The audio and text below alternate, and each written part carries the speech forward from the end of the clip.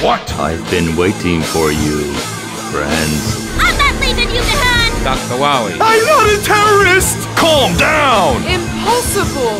Just take a look at this.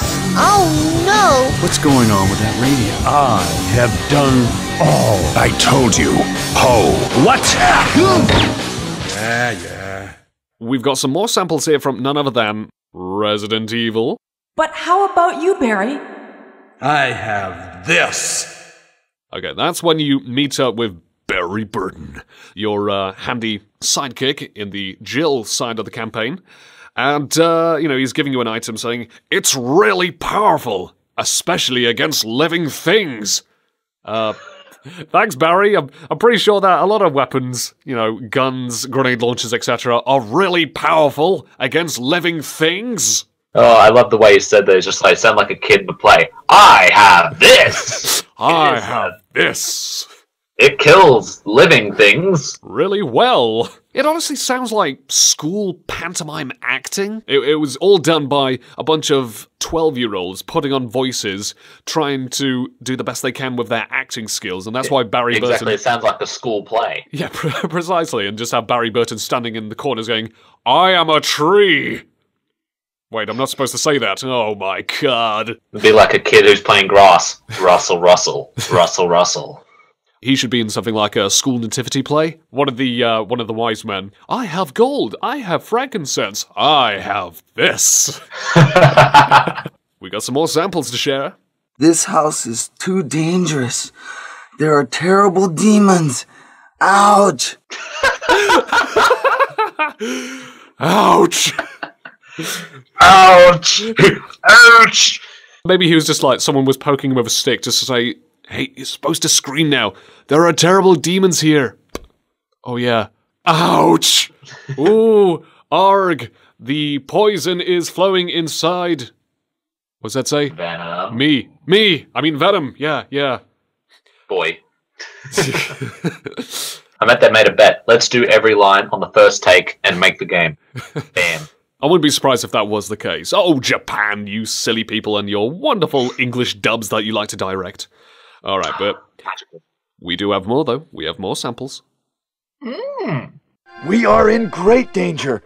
We must organize a search for the others and get the hell out of here. I love how flamboyant that Chris sounds here. Get the hell out of here. I was going to say, that wasn't so bad towards the end. It sounded like he was actually getting into it. But the start of it's just like, he was reading as he was going. Reading it as he's going, like he's reading in front of the class. He's just standing right there in front of the girl he just saved, with the script in hand like, we need to organize a search party, and get the hell out of here. The final bit, though, it just sounded like he was trying to, like he was trying to get out of a wacky situation, like, uh-oh, looks like Wesker has brought that bucket of custard again. Let's get the hell out of here. It sounds... Before the coppers come. It sounds far too cheery and, like pantomime acting. It's supposed to be, oh my god, this place is going to blow up. There are monsters and creatures and mutants everywhere. We've got to get the hell out of here. This is just dad acting, honestly. Seriously, my dad could do a better job. That's a new term I'm coining right now. Acting in front of their kids, like that one before. We've got to get the hell out of here. Okay, I'll go first. Proceed with your own judgment. All right? Can you do it? It's like he's reading a sign. It's like on the side of the road. Like, proceed at your own judgment. Now I just sound silly. I don't want to be assumed that I'm some silly person. Let's get the hell out of here! I trust your judgment, Margaret. Proceed at your own discretion. That is the strangest way to put it. Just say, be careful. Keep an eye out. Don't get distracted. Not, proceed at your own judgment. Alright? Can you do that? It sounds like, Blue's Clues, when he turns to the camera, or Dora the Explorer. Alright? Can you do it? Wesker, don't attack! Wesker, don't attack! Proceed at your own judgment. Can you see the clue? I despise Chris. Alright, we scared off Wesker. You proceeded at your own judgment. Everything was plotted from the start by Umbrella. Ha!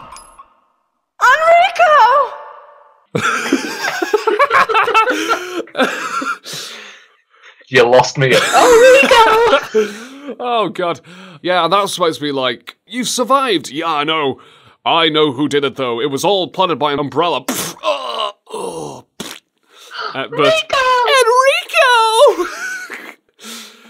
We just did it better. Rico! We did a better job. Yeah, you're right. It honestly sounded like she just stumbled in and spotted Enrico, for example, snogging someone. For example, snogging her best mate. Like, Enrico! Uh-oh. How are they going to get out of this situation? Yep, that's me. You're probably wondering how I got myself in this situation. So that was Resident Evil. That was the 5th time we've covered Resident Evil bad voice acting samples. There are so many different ones that I don't think we'll ever run out of content with that one. Not from the 90s, man. Not from the 90s. Nuh-uh. So that was the bad voice acting in video games in the bag.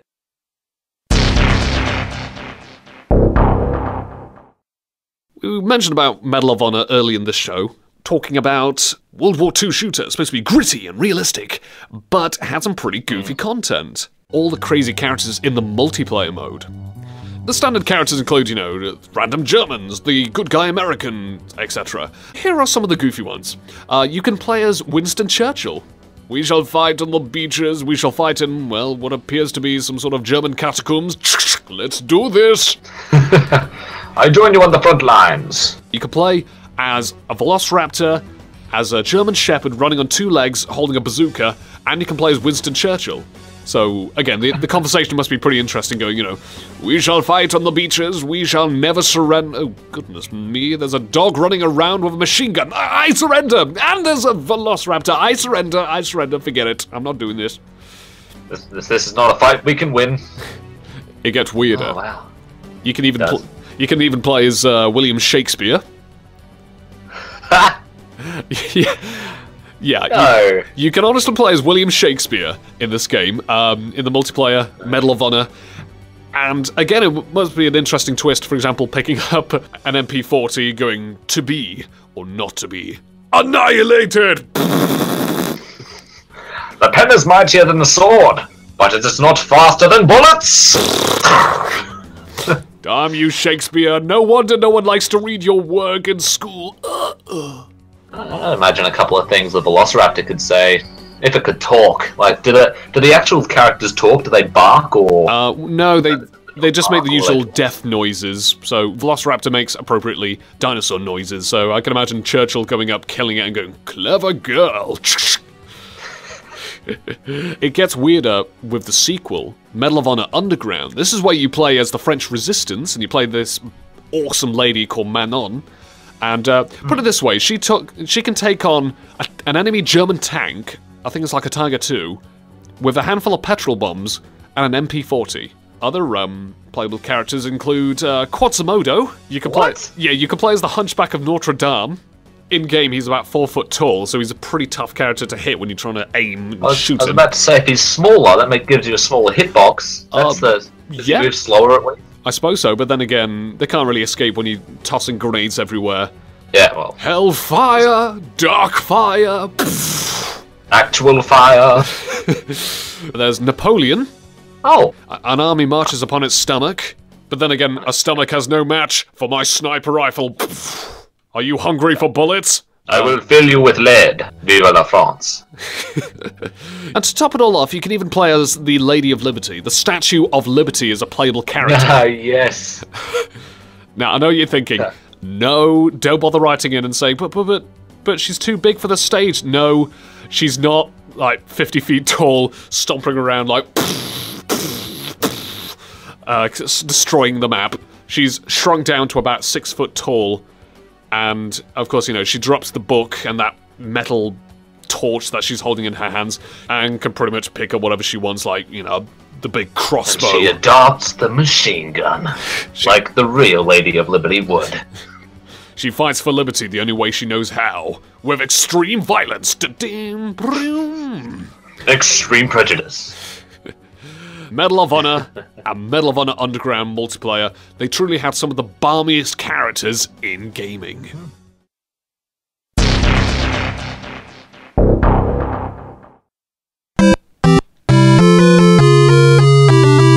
Robin Hood's Quest for the PlayStation 2. We're off to a good start. Oh, goodness, yeah. It's a budget PS2 game developed by the unknown company Broadsword Interactive. Yeah, such classics like... those guys. And it was released... Thing is, it was released in 2007, but it looks like a game from the early 2000s. It looks absolutely garbage. It's supposed to be a stealth game. Low-budget stealth games seldom work. They have X-ray vision, all of them. You know, Robin Hood, you think... What do you think? You think Valiant... Yeah, a valiant thief, he's probably a tough guy. Well, in this PlayStation game, no, he's an absolute pansy. He can't even fight. No way. He is a wuss. He will surrender when a guard spots him from like 15 feet away. He could easily run away. He could easily... I was gonna say, he doesn't even run? No, he doesn't even throw pocket sand in their face or something like that. All he does is just hold his hands up in the air like, oh, darn. You think, you absolute pansy. Honest to God, a stealth game where you can't even fight back, and you're playing as a valiant, brave character. In fact, the packaging even said, you must win without your bow.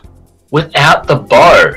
You don't go on a PlayStation 2 box, go on the back and say, here are the things you can't do. Here are the things that are not in the game. That is stupid. Honestly, imagine getting a copy of, for example, Hitman, and saying on the back, you've got to use stealth. You can't go killing everyone. Take them out for dinner. You have to walk up to these bad guys and say, hey, stop being mean. And then they stop. That's the end of the story. I'd buy that. I would buy that. We can call it Hitman Diplomacy Wins. So 47 has just abandoned his cruel evil ways and must now use the power of words to stop people from being mean. Hey, it could work. Words are a way to get around problems. Considering how censorious Australia is, I'm pretty sure that's going to be the Aussie version of Hitman. Either that or 47's going to have to go round and they're going to have to hug someone to submission. Like, oh, big hug, squeeze the evil out of you. Oh, let's just place him on the floor. He's sleeping now. It's a chokehold. No, he's just hugging him, dear. Really? Oh. No. How adorable. In any case, getting back on topic, of course. Robin Hood's Quest, though, like I say, a truly abysmal game.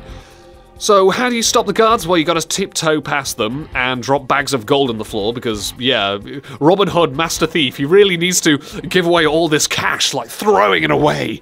Because, wait, I thought he was a thief and he was trying to grab rich and give it to the poor. So grab the rich and give it to the richer. He's just gonna walk away. He's just gonna walk away back to the poor who are like, oh, thank goodness Robin Hood is back. Yeah, about that. Yeah, they've got 2 coins left and there's 4 of you. We'll cut it in half. You can fight for it. I'm good either way. Well, I need a drink pretty badly, so I'm just gonna keep these. Yeah, I know I was supposed to get some money for the poor, but I kind of ran into some mishaps, and well, I had to give the guards all my money so we wouldn't spot me. Well, why didn't you fight back? Fight back? How do I do that? That's violent. We don't do that here.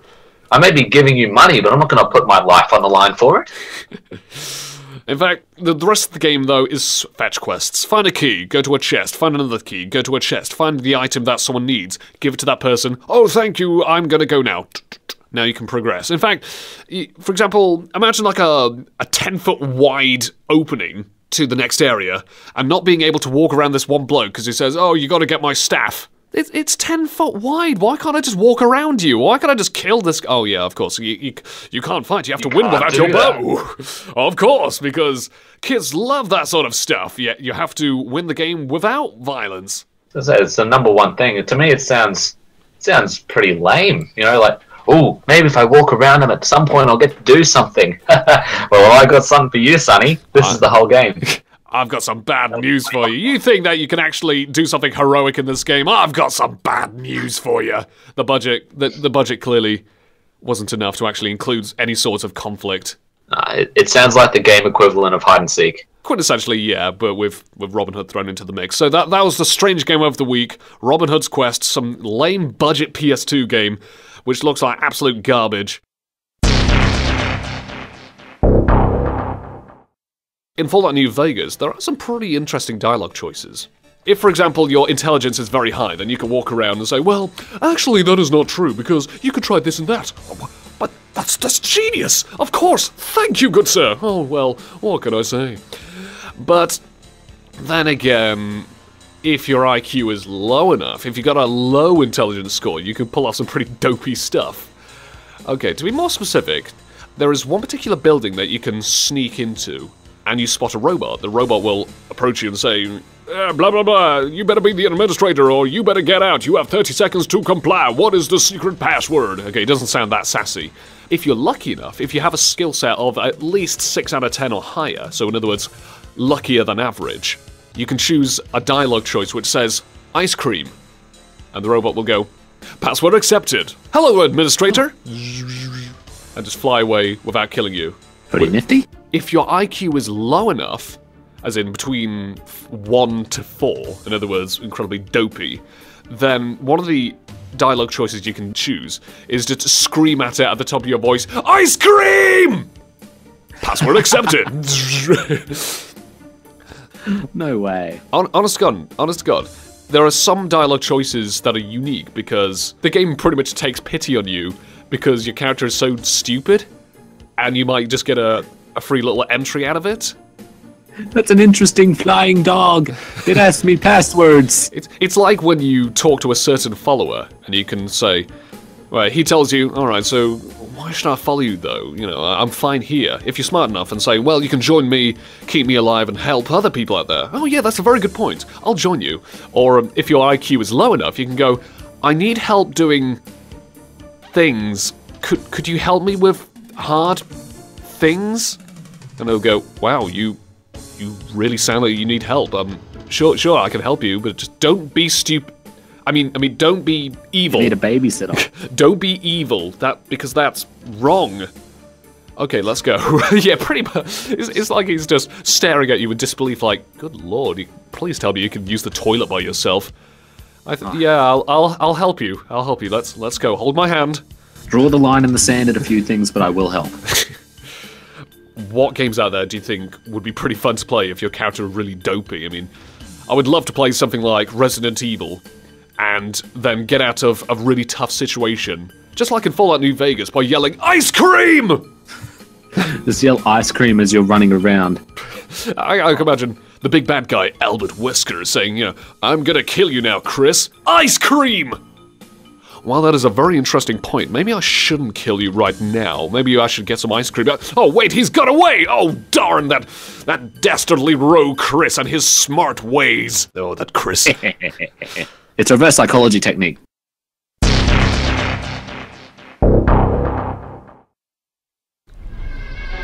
What? I've been waiting for you, friends. I'm not leaving you behind! Dr. Wowie. I'm not a terrorist! Calm down! Impossible! Just take a look at this. Oh no! What's going on with that radio? I have done all. I told you. Ho. What? Yeah. This week, we have even more samples from Resident Evil. Oh. It's a treasure trove. It is. Let's start off with the samples.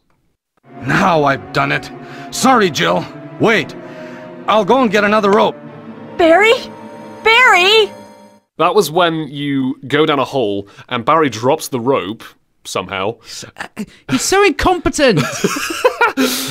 Barry, get your head together. Almost done it. Oh, I dropped the rope. I need more. It also sounds like he just set up this as if it was like some sort of grand master plan, and he screws up somehow. Some wacky bit of hijinks, and he realizes this wasn't funny at all. Like, whoops, I dropped the rope, Jill. Deliberately. Barry, that's one for the Christmas party. Yeah. Oh, that Barry always dropping ropes. I know. I'm such a jokester. Lol. So random. Dropped the ball. I bet Barry's probably one of those guys who wears a shirt that says, lol, so random. Oh, you never guess what I did. My friend Jill was falling down a hole, and I dropped a rope. Get it? Yeah. No.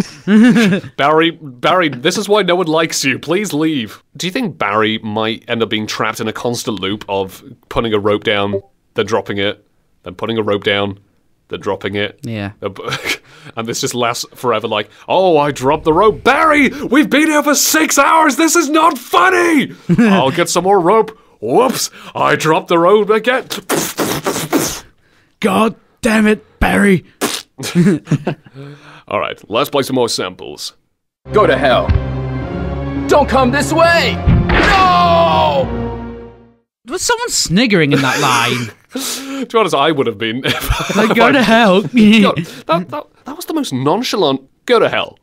Go to hell. It's like the way a banker just tells you. There's no conviction. Just like, you could go to hell, or you could go to ice cream parlor down the shops. I'll give you two options. It's like someone denying you I prefer you took loan hell. for some absurd reason. You just, instead of saying no, they just say, go to hell. Go to hell. But then again, this isn't Albert Wesker denying Chris a loan. It's supposed to be releasing this gigantic, horrible monster about to kill him, and yet it was just, go to hell. No, don't come near me. Oh yeah, and of course, don't come this way. No! That doesn't sound like you're about to be impaled by a big monster. That sounds like you just had a net dropped on you, and Chris and the gang has just gone up and said, let's see who's the real bad guy here. Albert Wesker. And I would have got away for two if it wasn't for you meddling STARS members. Go to hell. I don't think he's really giving it his all. Who's here's more evil? You know how I know? Go to hell. You evil monster! Riveting. That's There's right. so much evil inside my soul. But please go to hell. But just go to hell. Go to hell. Go to hell, please. How could you say such a thing, Wesker? No, go to hell. Because You're I'm gonna so die. edgy. You're gonna die now. Off you go. Don't come this way. No. that is the most. Buy lunch on the way. It's just the most It pretty way of sums doing up it. teenagers in this day and age. So to say, go to hell. Just go to hell. While they're Go. inside, just crippling. Like, wake me up inside. Wake me up and can't wake up. Do not make that song. Do not mock it. Wake me up and go to hell. I'm gonna have to put my foot down here. I'll draw a line in the sand and make a statement. Oh, I think we triggered Hyperion. All right. Chris, you're alive! We're in quite a predicament, Jill. I have to open this room. It doesn't work. Yeah, because knocking's so efficient. It's not working. Yeah, Jill, you're supposed to unlock it with the code. I keep hitting it. Try turning the knob. That's stupid, Chris. I'm not going to do that. I need to smash it open. She's going to come back with like a grenade launcher, stand 2 feet away, Blow herself up. blow herself up, and Chris is just going to stand there unharmed like, It's not working. damn it, Jill. I'm trapped in here, Jill, and all hell's breaking loose. You could say something in the lines of that, but instead you go for, we're in quite a predicament here. Oh darn, what a minor inconvenience this is. Oh, dash it all, poppycock. Oh my. Oh, diddly do. What do we do from here? Chris, you're not British. Stop. Just say, I'm trapped, I need help. And Jill, open the door. I couldn't stop laughing at the idea that she just went up to it, just went, I can't open the door. So I swear, me and Aston, when we do the show, we're going to walk up to the door and we're just going to slap it like, we can't get out, it's locked. You can't kill me. Okay, that's when Chris comes face to face with the big monster that kills Wesker. You can't kill me! Oh, really? Oh, well, yeah, you're probably right. Catch you later. Come on now. I've just been split in half, but that's okay. I have a first aid spray. See? You can't kill me. What's the first aid spray going to do in this situation? Is it going to spray it on his midsection and then it just morphs back together? Knowing Chris, probably. It's like super glue. Oh yeah. I don't know how it works. Just say it works. He's just going to glue his body and legs together, and then he's just going to run away like, you still can't kill me? What hilarious hijinks this is. This is hilarious. But then he ends up attaching his lower torso the wrong way, so he's running the opposite direction he's meant to go in. Oh, I'm in quite a predicament here. I have a rope here. Oh, do you? Well, then I'll try to go down using the rope. Wait. Oh, wait, I dropped the rope. No, there's so many things wrong here. I think the crown jewel of this bad line is oh, do you? I'm gonna go down first. Wait. I have a rope. Really? I can use the rope to climb down. I will use the rope to climb into this hole, which is what you intended, right, Barry? Wait. Oh, I dropped the rope. Wait, you go down. I have a gun here, Jill. Wow, I can use this gun to shoot things. Wait. And the thing is, what happens afterwards is when he says, wait, there's like an awkward 10-second, 15-second silence of him tying the rope, and you just think, wait, what? Why can't you just tie the rope and say, there, it's all done? But no, you just go, wait. I think it just needed, like, mass silence just so he can just go, you can jump down now. Keep us focused. Barry's a focused worker. He needs to not be interrupted. Yeah. Otherwise, he'll drop the rope. He'll drop the rope for the 17th time. So that was Resident Evil.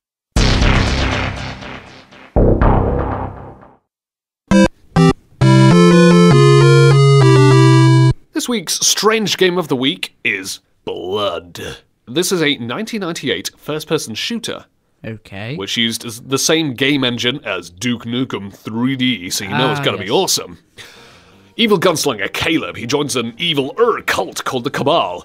He gets pretty high up in the ranks, but during a meeting with the dark god known as Chernobog, without explanation, him and all his allies cast down, killed in brutal ways, and Caleb is tossed into a hollow grave and just left there. However, he resurrects. I live again, he yells. I can do a better impression, just so you know. You can't kill me. Go to hell. Go to hell. Sure, just replace Chernobog with Albert Wesker, like, go to hell. You can't kill me. Take a look at this. Wait. I'm out of rope. Wait. Alright, anyway. He sets off for revenge to kill the Dark God. What kind of weapons can you expect in Blood? A space hopper? A razor-covered hockey stick. Yeah, that'll be fun. Well, you start off with some fairly conventional ones, like, you know, the pitchfork, the melee weapon, in other words. Kill! You get your sawn-off shotgun, and you get your Tommy gun, which is accurate but fires a lot of bullets. Okay. But then again, you get some pretty bizarre ones. For example, there's the Life Leech, which is a skull on a staff. Then you kind of wave it in their direction. You just hear like a kind of noise as it just blurts out fireballs that drains their health. I was hoping for like a sucky noise, like a straw. It's not, yeah, you didn't like stick a straw in their head and go life. Better than Kool-Aid. But, oh yeah. But instead, if you run out of ammo, then it starts draining at your own health. So, a bit of a double-edged sword. There's also the voodoo doll. Depending on where you stab, it kind of stabs at random, but it varies. For example, if you stab it in the eye, then if you're playing multiplayer, then they'll briefly go blind. And then if you stab them in the crotch, and he really stabs and twists it when he stabs the voodoo doll in the crotch, that does heavy damage. And then they start screaming like women. Yeah, you can probably imagine the death noise that he makes. Just, this aerosol flamethrower, don't try this at home because this will kill you. Honest to God. So, lighter, aerosol can, use that as a flamethrower and set everyone on fire. Be a great light source, though.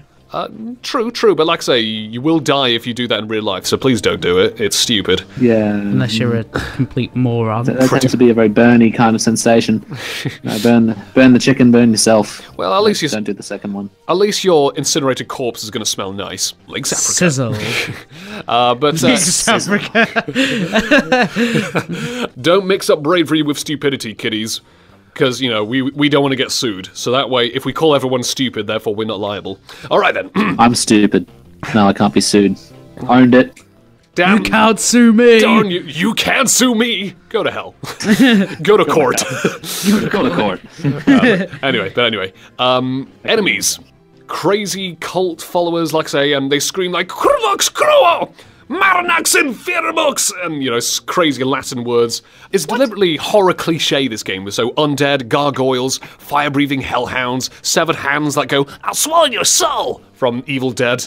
Levels include a funeral home, a haunted carnival, which is one of my favourites, actually, because you stroll in, and there's death on the door there, and he goes, ticket, please. And you just walk past him, he goes, hey, stop him! He didn't pay! And then everyone's gonna rush out and kill you. I can imagine being in the next life. as soon as you go up to the gate where you have eternal glory, go, you have to pay the toll. Ticket, please. Stop him! He didn't pay. God. So there's that. A mall. So, you know, zombie mall, so there's cheery music like and then there's loads of zombies appropriately coming at you, so a Mall of the Dead? In the Dawn? The Mall of the Dawn of the Dead. Close enough, close The enough. more the merrier. I think the craziest one has to be this level in blood, in the flesh of a breathing monster. No music, just pillars of flesh moving, you just hear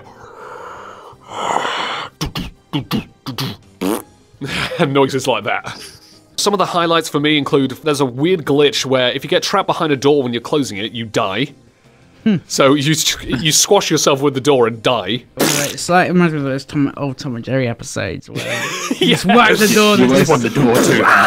It's like pancakes and just slide down the floor. And also zombie head football. If you blow up a zombie, head drops down, you can kick around like a football. It's good. It's a goal. There's a multiplayer map called Fun with Heads, which is on a football pitch with zombie head as a football you can play with. Nice. And there's a level in said carnival level I mentioned about earlier, where you can play zombie head football inside like this clown mouth. If you kick all 3 zombie heads in, a message will pop up and it says, congrats, you win a Cupid doll! And you get invincibility. Blood. The strange game of the week.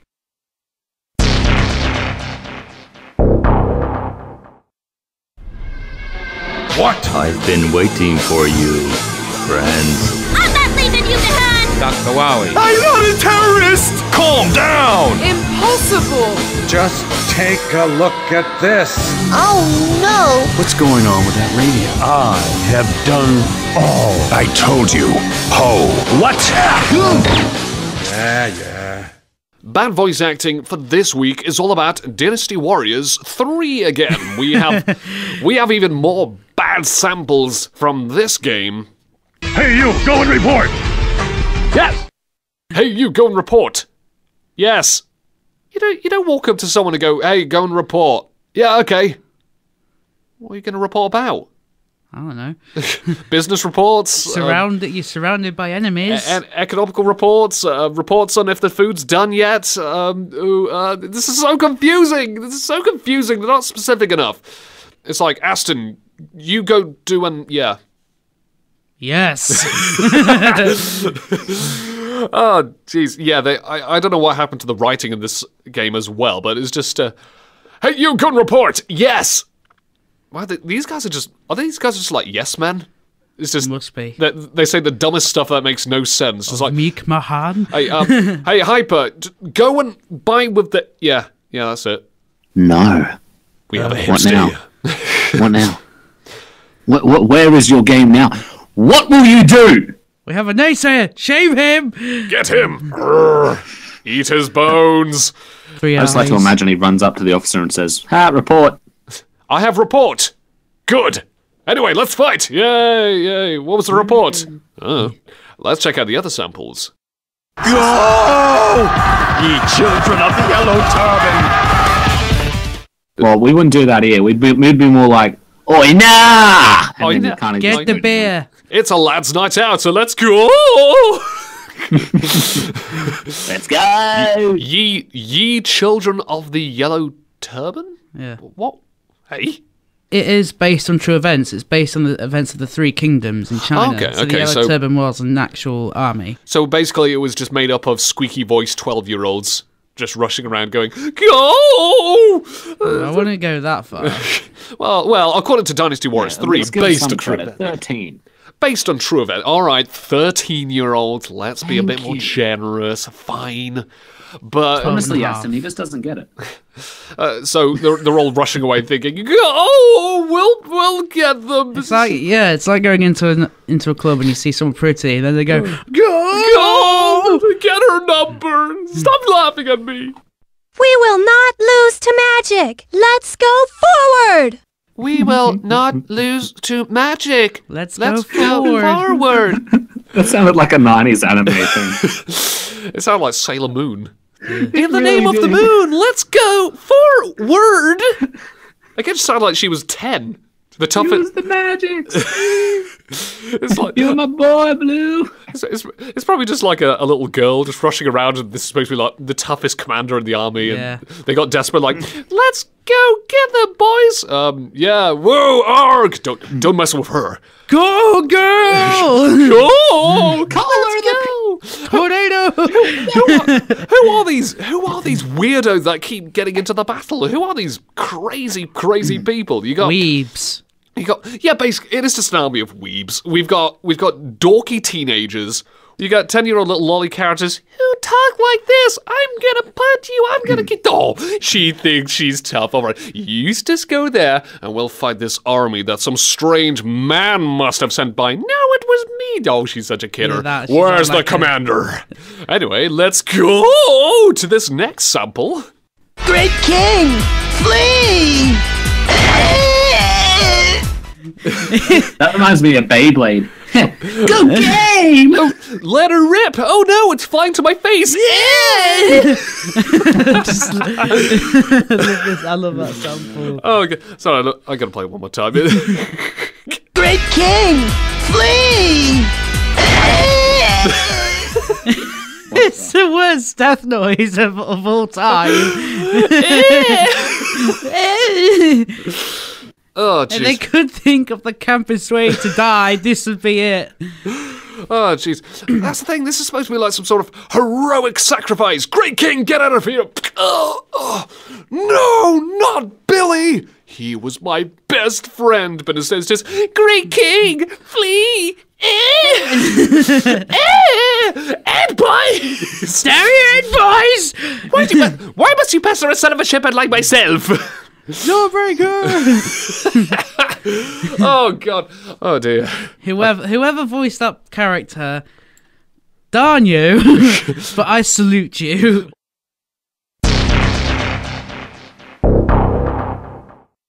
Fallout 3, we all know about the post-apocalyptic world that it depicts. Yeah. It just reminds me of some of these goofy videos some people made back in 2008, 2009. Yeah. Some of the most infamous ones have to be during the 10th birthday moment. Yeah. This is when the game time warps from a baby then up to age 10 at your birthday. Eat cake and get some presents, and I'll see you downstairs for your gift. Yeah, and there was always that one dude in that part of the story where he goes, I'm gonna have your big piece of cake. Oh, that's Butch the bully, yeah. Butch. And you can what a name! You can beat him up, you can hand it over like a wuss, or you can start insulting him, and people are like, hey, break it up, you two. What's going on? He's trying to steal my cake. What? What? Oh, hang on, we got the sound. What? There we go. But anyway, so funny enough though, I just loved some of the mods, and I remember rewatching them. Like for example, the Enclave, the American government with big power armor, laser guns, etc. When they ruin your birthday, someone modded it so that 6 or 7 soldiers rush in and they start killing everyone, or trying to vaporize them with laser guns. But they've modded it so that they've given everyone in the party weapons. I remember seeing this and I was bursting out laughing because you get these big armor-laden Enclave troops with laser guns, and then you see the other people like the old granny called Old Lady Palmer, who's supposed to be like 18, 90 years old. She's got a big armor set with a gigantic sledgehammer. And she's like trying to crush them, splatter them to pieces. You get the robot who's flying around blasting a flamethrower at the Americans, and you even get Butch, the 10-year-old, who just casually walks in with a minigun, just goes, just shoots them in the face. I wonder if they You were got. describing some really weird things. I wonder if the Enclave got word of the piece of cake as well. I reckon it was all a massive shootout over the last piece of cake. See, you're saying that the American military, 200 years from now, they have no cake whatsoever. Yeah. They discovered that Vault 101 did have cake. They broke in. They started to vaporize everyone in their way just to get that piece of cake. But everyone in the Fallout 3 universe, even the kids, even the 10-year-olds, got miniguns and started to fight back. And whoever is the last person standing gets the cake. That should be Fallout 5. That seems fair to me. Fallout 5 plot right there. hey, in a post-apocalyptic world, loads of inhabitants gather around for one slice of cake. And that's why World War III started, because war never changes. And cake never changes. Well, this is a pretty good... No, don't team up on me, I've got to narrate it! No! Oh, this raspberry. Oh, jeez. But, yeah, I just love these sort of videos that just places... It just completely ruins it, basically. Ruins these serious moments in the game, and then have loads of characters rushing in and start shooting everyone. It's like, wow, this is the best 10th birthday ever! Shootout! I remember talking to like one of the bullies in the game, like, hey, remember the time when, in my birthday party, when we all played Hunt the Mutant in the basement? Oh yeah, you weren't there. Yeah, well, we played Hunt the Enclave with real laser guns. Better than your party. And you weren't there either, because you got shot. Yeah, because if you really want to rub it in, I can imagine. Hey, Hyper. Have you ever had like one of those show and tells back when you were in school? Oh yeah, absolutely. Just like, you know, when you say, oh, on summer holiday, I went to the beach. I went to the circus. Yeah, well, it's summer holiday. I had the Enclave smash down the doors of the vault I was staying in. And I got vaporized. And they got trying to vaporize everyone for the cake, but then old lady Parmo grabbed a big, massive super sledgehammer and splattered them all. Best party ever, yeah. That's very good, Timmy. Stephen, what did you do for your birthday? And then gave you cake just like anyone else. What the heck? Funnier times. Happy times. Happy Things times. were simpler back then. Those were the days, as I like to say.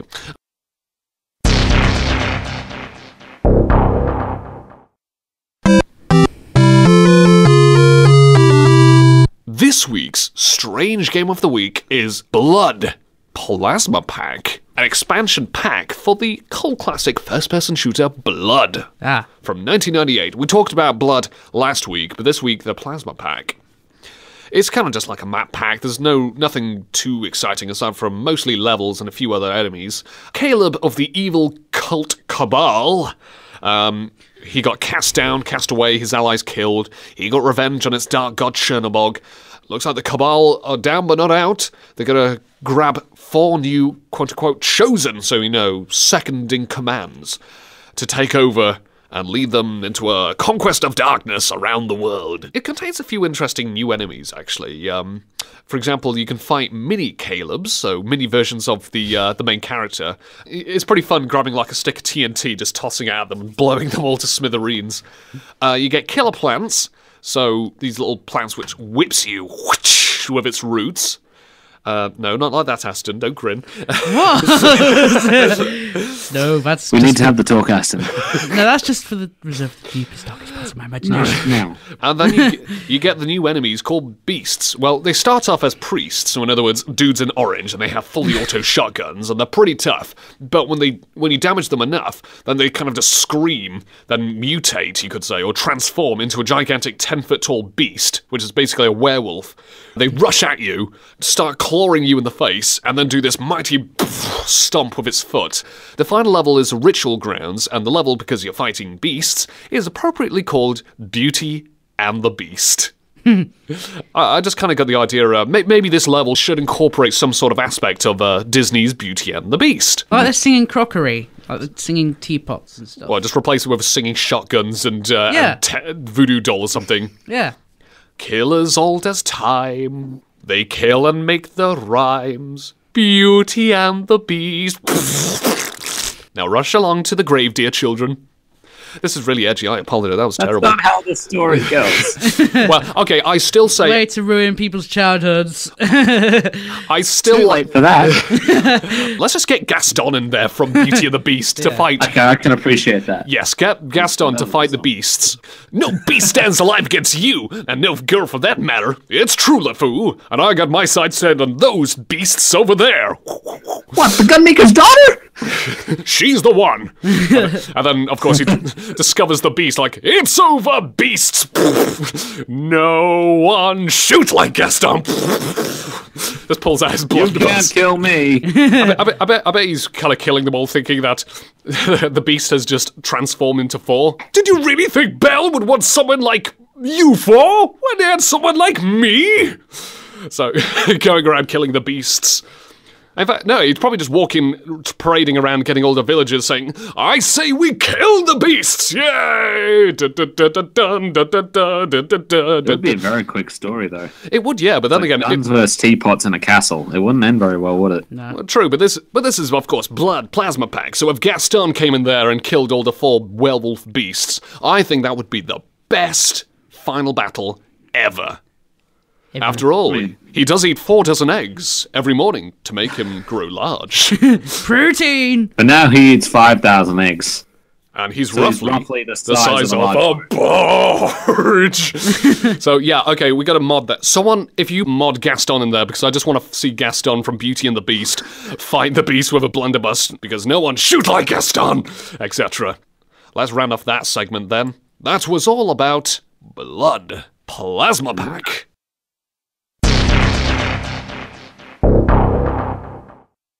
Did you know, in the PlayStation version of Doom, there was a certain track in this game, composed by Aubrey Hodges, he was called, which featured the distorted screams of babies faintly in the background. I mean, what else would you use to make music?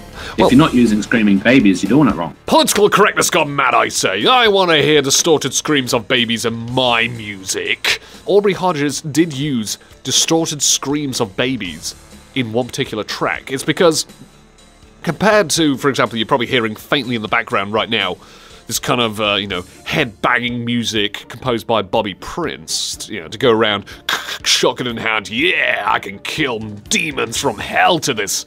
And then, if you play the Doom on the PlayStation version, it's very eerie, very creepy, atmospheric music. And like I say, one of the tracks does indeed have just distorted screams of babies faintly playing, like, just hearing...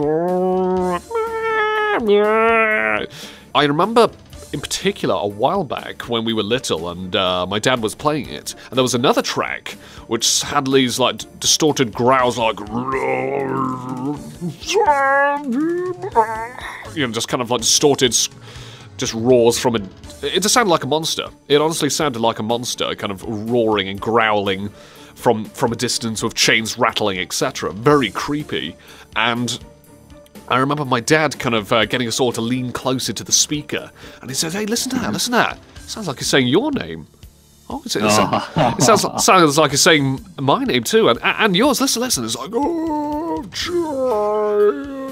See, it sounds like he's saying Jake. I think he was trying to spook us out there, but he was pretty fascinated by those kind of those cries and groans and screams in the Doom soundtrack for the PlayStation. If I wanted to do something like that, I'd probably kind of distort it and put some sort of audio, like, and then if you do some editing, like, let's speed it up, reduce static here, then you play it, and what you actually hear is this.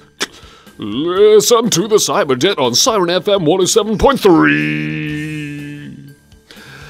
That's what I'd do. I'd shameless plug my way through a video game soundtrack if I was a composer. I believe you. That's the problem. I believe you would do that. I can imagine myself, if I do become a famous composer, like in a horror video game movie, let's say, and people say, wow, the soundtrack's great, it's so creepy, and I'll say, well, just play it on, like, double speed. Okay, listen to the Cyberden on Siren FM 107.3 with Jake the Voice. I can imagine you being a classical composer and like, and now playing Cyberden is Jake. And then it's just going to be like what the opening theme song, but with violins. Put that on double speed, that recording. Listen to the Simon Down and Siren F. Oh, for goodness sakes, Jake, stop it! I swear, I would just like dominate the music industry with constant shameless plugs. Heck, I do it all the time. Honest to God, I do it all the time. And no wonder I don't have friends. Anyway, so that was Tekken Game Fact, all about none other than Doom.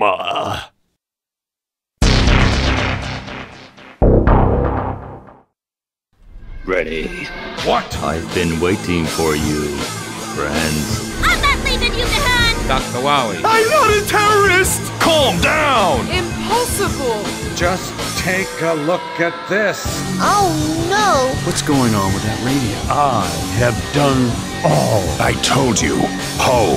What? Yeah.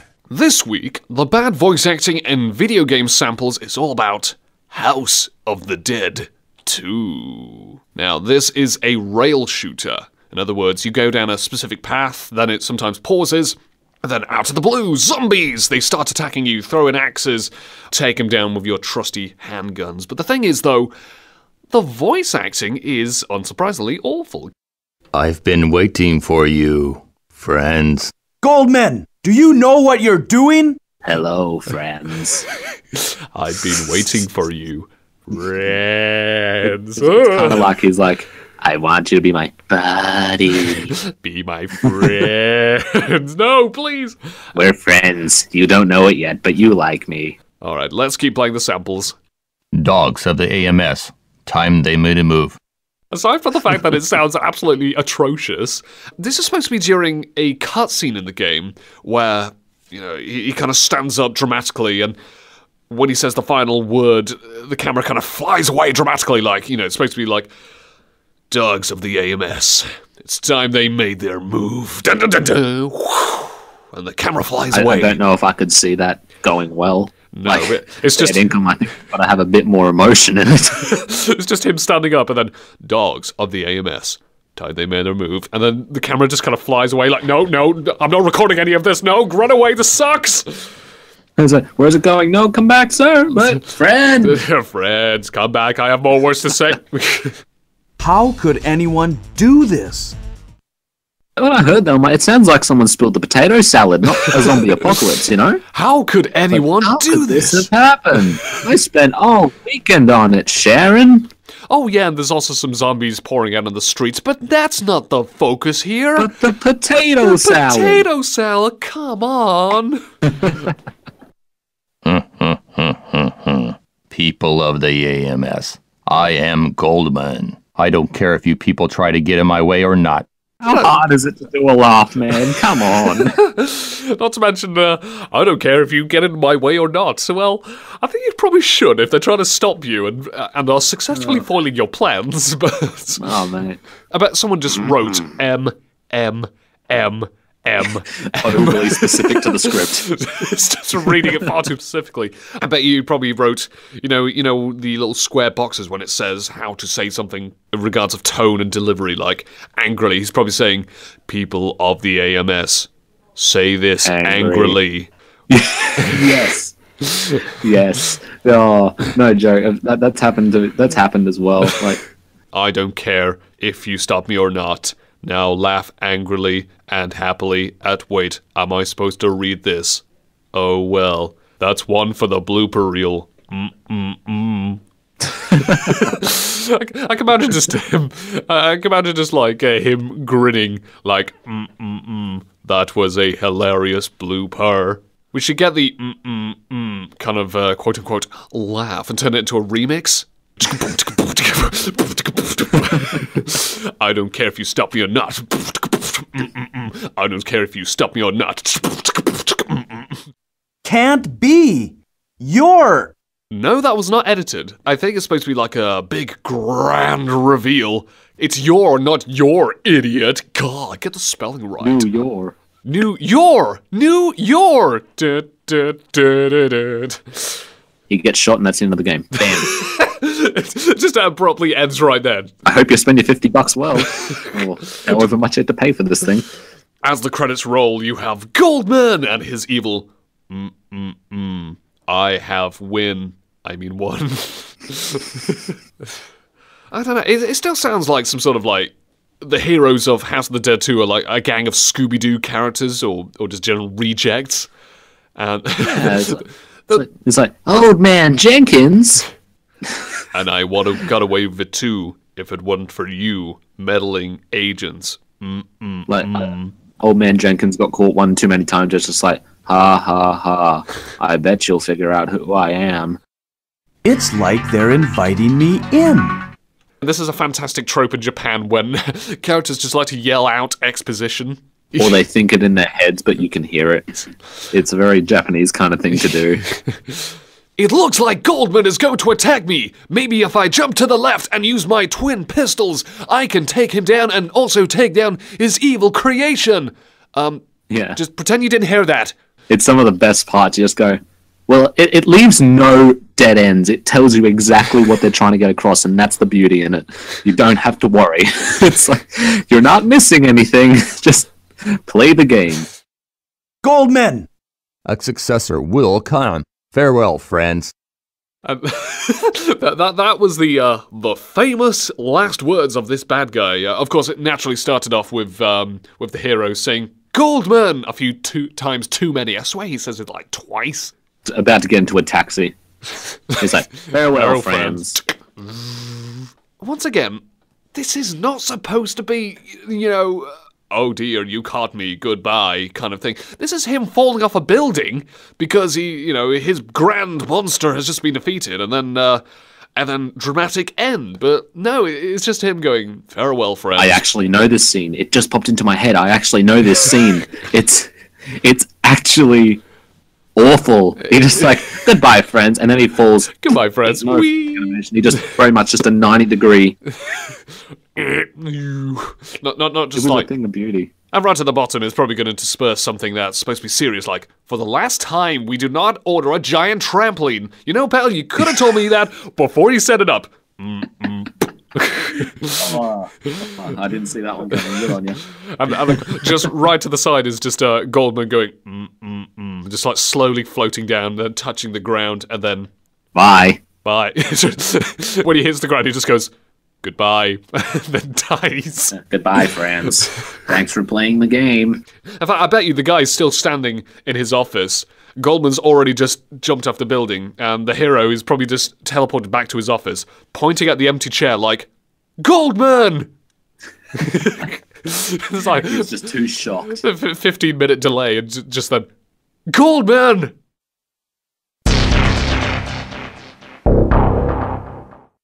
Hey, Hyperion, have you ever played a game where you get to a certain point in the game and you have absolutely no idea what to do, and for God knows how long you are stuck there, and then you discover the most simple solution possible to progress? Yes, I've been in that. Well, I remember one which made me feel like an absolute clown, because I remember getting like a demo disc, right, for the PlayStation 2. I remember playing a Die Hard game on it. It's a first-person shooter. I'm suddenly teleported outside a bank as John McClane, and I walk up to this policeman, and he goes, John, what the hell are you doing here? And I wait for John to talk. He's not talking. Why is he not talking? John, don't be rude, say something. And for the longest time, every time I played it, I thought, oh, no, it's knackered, it's broken. They put a demo that doesn't even work? Come on. And naturally, I was like, all right, I'll try and go through the bank. No, they locked the gate outside, the police won't let me in yet. I'll walk over here, I'll climb up. No, I can't climb over. What the hell am I supposed to do? I'm stuck outside, I don't know what the hell I'm doing. The policeman doesn't know what the hell I'm doing either. Then I discovered, after God knows how many months later, thinking, oh, I'm stuck here forever, I don't know how to do this now. Then I press square. Looking for my daughter? What? Lucy's in here? What? Yeah, that's right. Well, I don't know why, but it's oh my God. I've been stuck out here. I've been jumping in and out of it for God knows how long. And all I needed to do to progress was press square. Square. That was the extent of the effort required. Honestly, why did John McClane need someone to press a square button to make him talk? Why is he so rude? That's like being He's limited by a four-sided shape. Why is he being poked with a stick from a distance? Like, you're supposed to talk, you idiot! Oh, right. Looking for my daughter. Oh my god, yeah. So yeah, I felt like a bit of an idiot because of that.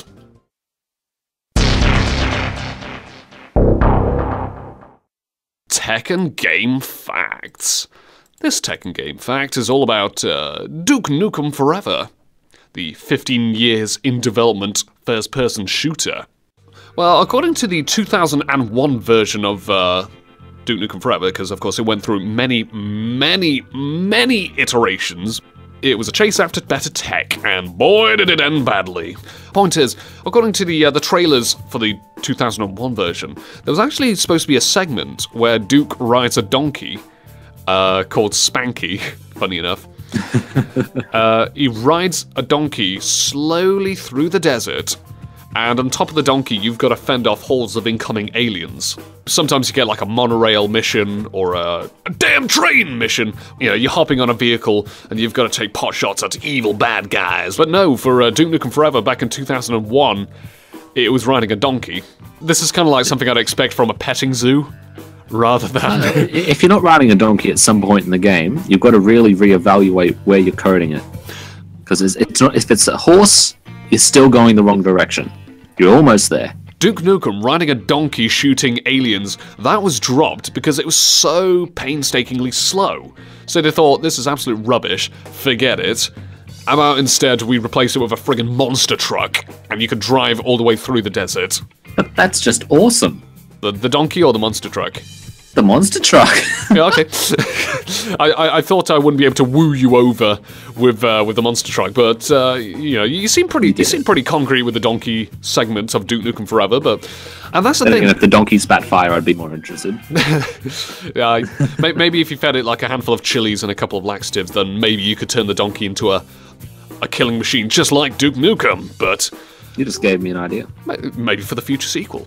In any case, that's the thing, some people complain about this. I would rather ride around in a stinking monster truck, splattering pig cop mutants and aliens, rather than jump on a donkey riding 2 miles an hour, waving a pistol around going, yee-haw, look at me, ma, get me the camera. As I previously said, I would enjoy that. This is something I'd expect from Petting Zoo, like little 7-year-old Duke Nukem, and Duke still hasn't grown out of it, it seems. Little Duke. Oh. Baby's first shotgun. Look how cute he is, and 30 years later, oh, look how weird he is. He's still flailing around with a little toy gun trying to shoot bad guy aliens, yelling, pew, pew! Oh, they never grow up, and we're pretty sad that is not the case.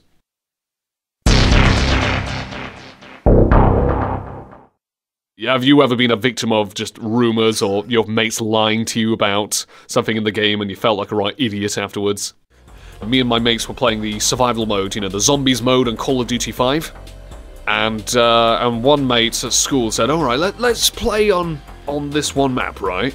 Because I heard if you get level 30, you can get to a secret area and a door opens up and you can buy all the upgraded weapons for cheap. I thought, wow, cool, let's give it a try. So yeah, got to get to level 30. I remember one time we were close, we were like level 28. Like, gotta keep doing this, let's do this, let's do this. And then the game cuts out. Oh. The game lags out. We lost connection. No joke. Honest to God, we lost all connection. Just abruptly cut off, and we were all booted out. And yeah, we were gutted as hell. And I think eventually we did actually reach, of course, you know, level 30 and beyond. But naturally, the door didn't open. There wasn't such a thing in the map. He just heard it to a very misinformed source. Yeah, I later discovered that this fella was, as I learnt through example, the king of talking complete and utter garbage. Saying, oh yeah, I have some girlfriends and I have a Ferrari. Yeah, right, mate. Oh, yeah, rightio. Like, yeah, I beat up a teacher once and now she's scared of me. Actually, I've heard that one before. There's always one. I remember telling him about it like a couple of years later. Like, hey, I remember you saying this. No. Well, yeah, you said that, and it's a load of garbage. No, we didn't. No, you're talking. You're just naturally talking rubbish. You know that, but. And then to top it all off, this was more just something I kind of found on on a website once. Medal of Honor, the PlayStation war-themed shooter. Apparently, there was a cheat where if you use the Enigma machine, which of course was used in World War II to decipher German messages. And you have to put in your passwords in there, and sometimes you can get characters for multiplayer mode or just general cheats. But anyway, and I remember just stumbling across a cheat website, and someone wrote in the biggest pile of garbage because it says there's one French character who gives you all your briefings before you start a mission called Manon. And someone wrote, if you go on the Enigma machine and type in "woo sexy," you get to see a picture of Manon in a bikini. Oh god! Yeah, I'm sure that's exactly what happened, and this has got a happy ending. Did bikinis come out during World War II or before then? At least I think the mankini. Oh, I know they were here. Oh jeez. Oh, like one time I remember I was playing Black Ops. I can't remember if it was 1 or 2. There's that one with the bus, and you've got to get on the bus and run from the zombies at the same time. Well, you don't have to, but it takes you to different areas to live. Well, at the time, I hated zombies, and it took them like 20 minutes to talk me into it. They're like, come on, do it. I'm like, no, I'm too scared, mate. And okay, I went on it. It's like, all right, we're all going to get off here. I got off at the stop. They don't tell me. They get off, and they make it all look convincing. And then just as the bus is about to leave, they all sprint on and leave me behind. And I'm like, what did you do that for? And I was punching them in the arm. And then their bus gets overrun because I'm not there watching the rear. So they all die, and then I go down. So you're the last man standing, ironically. Yeah, ironically enough, I was the last one standing. I did not last long after that because I'm just like, I don't know what to do. I'm just shooting. So that was all about being told complete and utter garbage in video games. You know, everyone gets fooled at some point in their lives.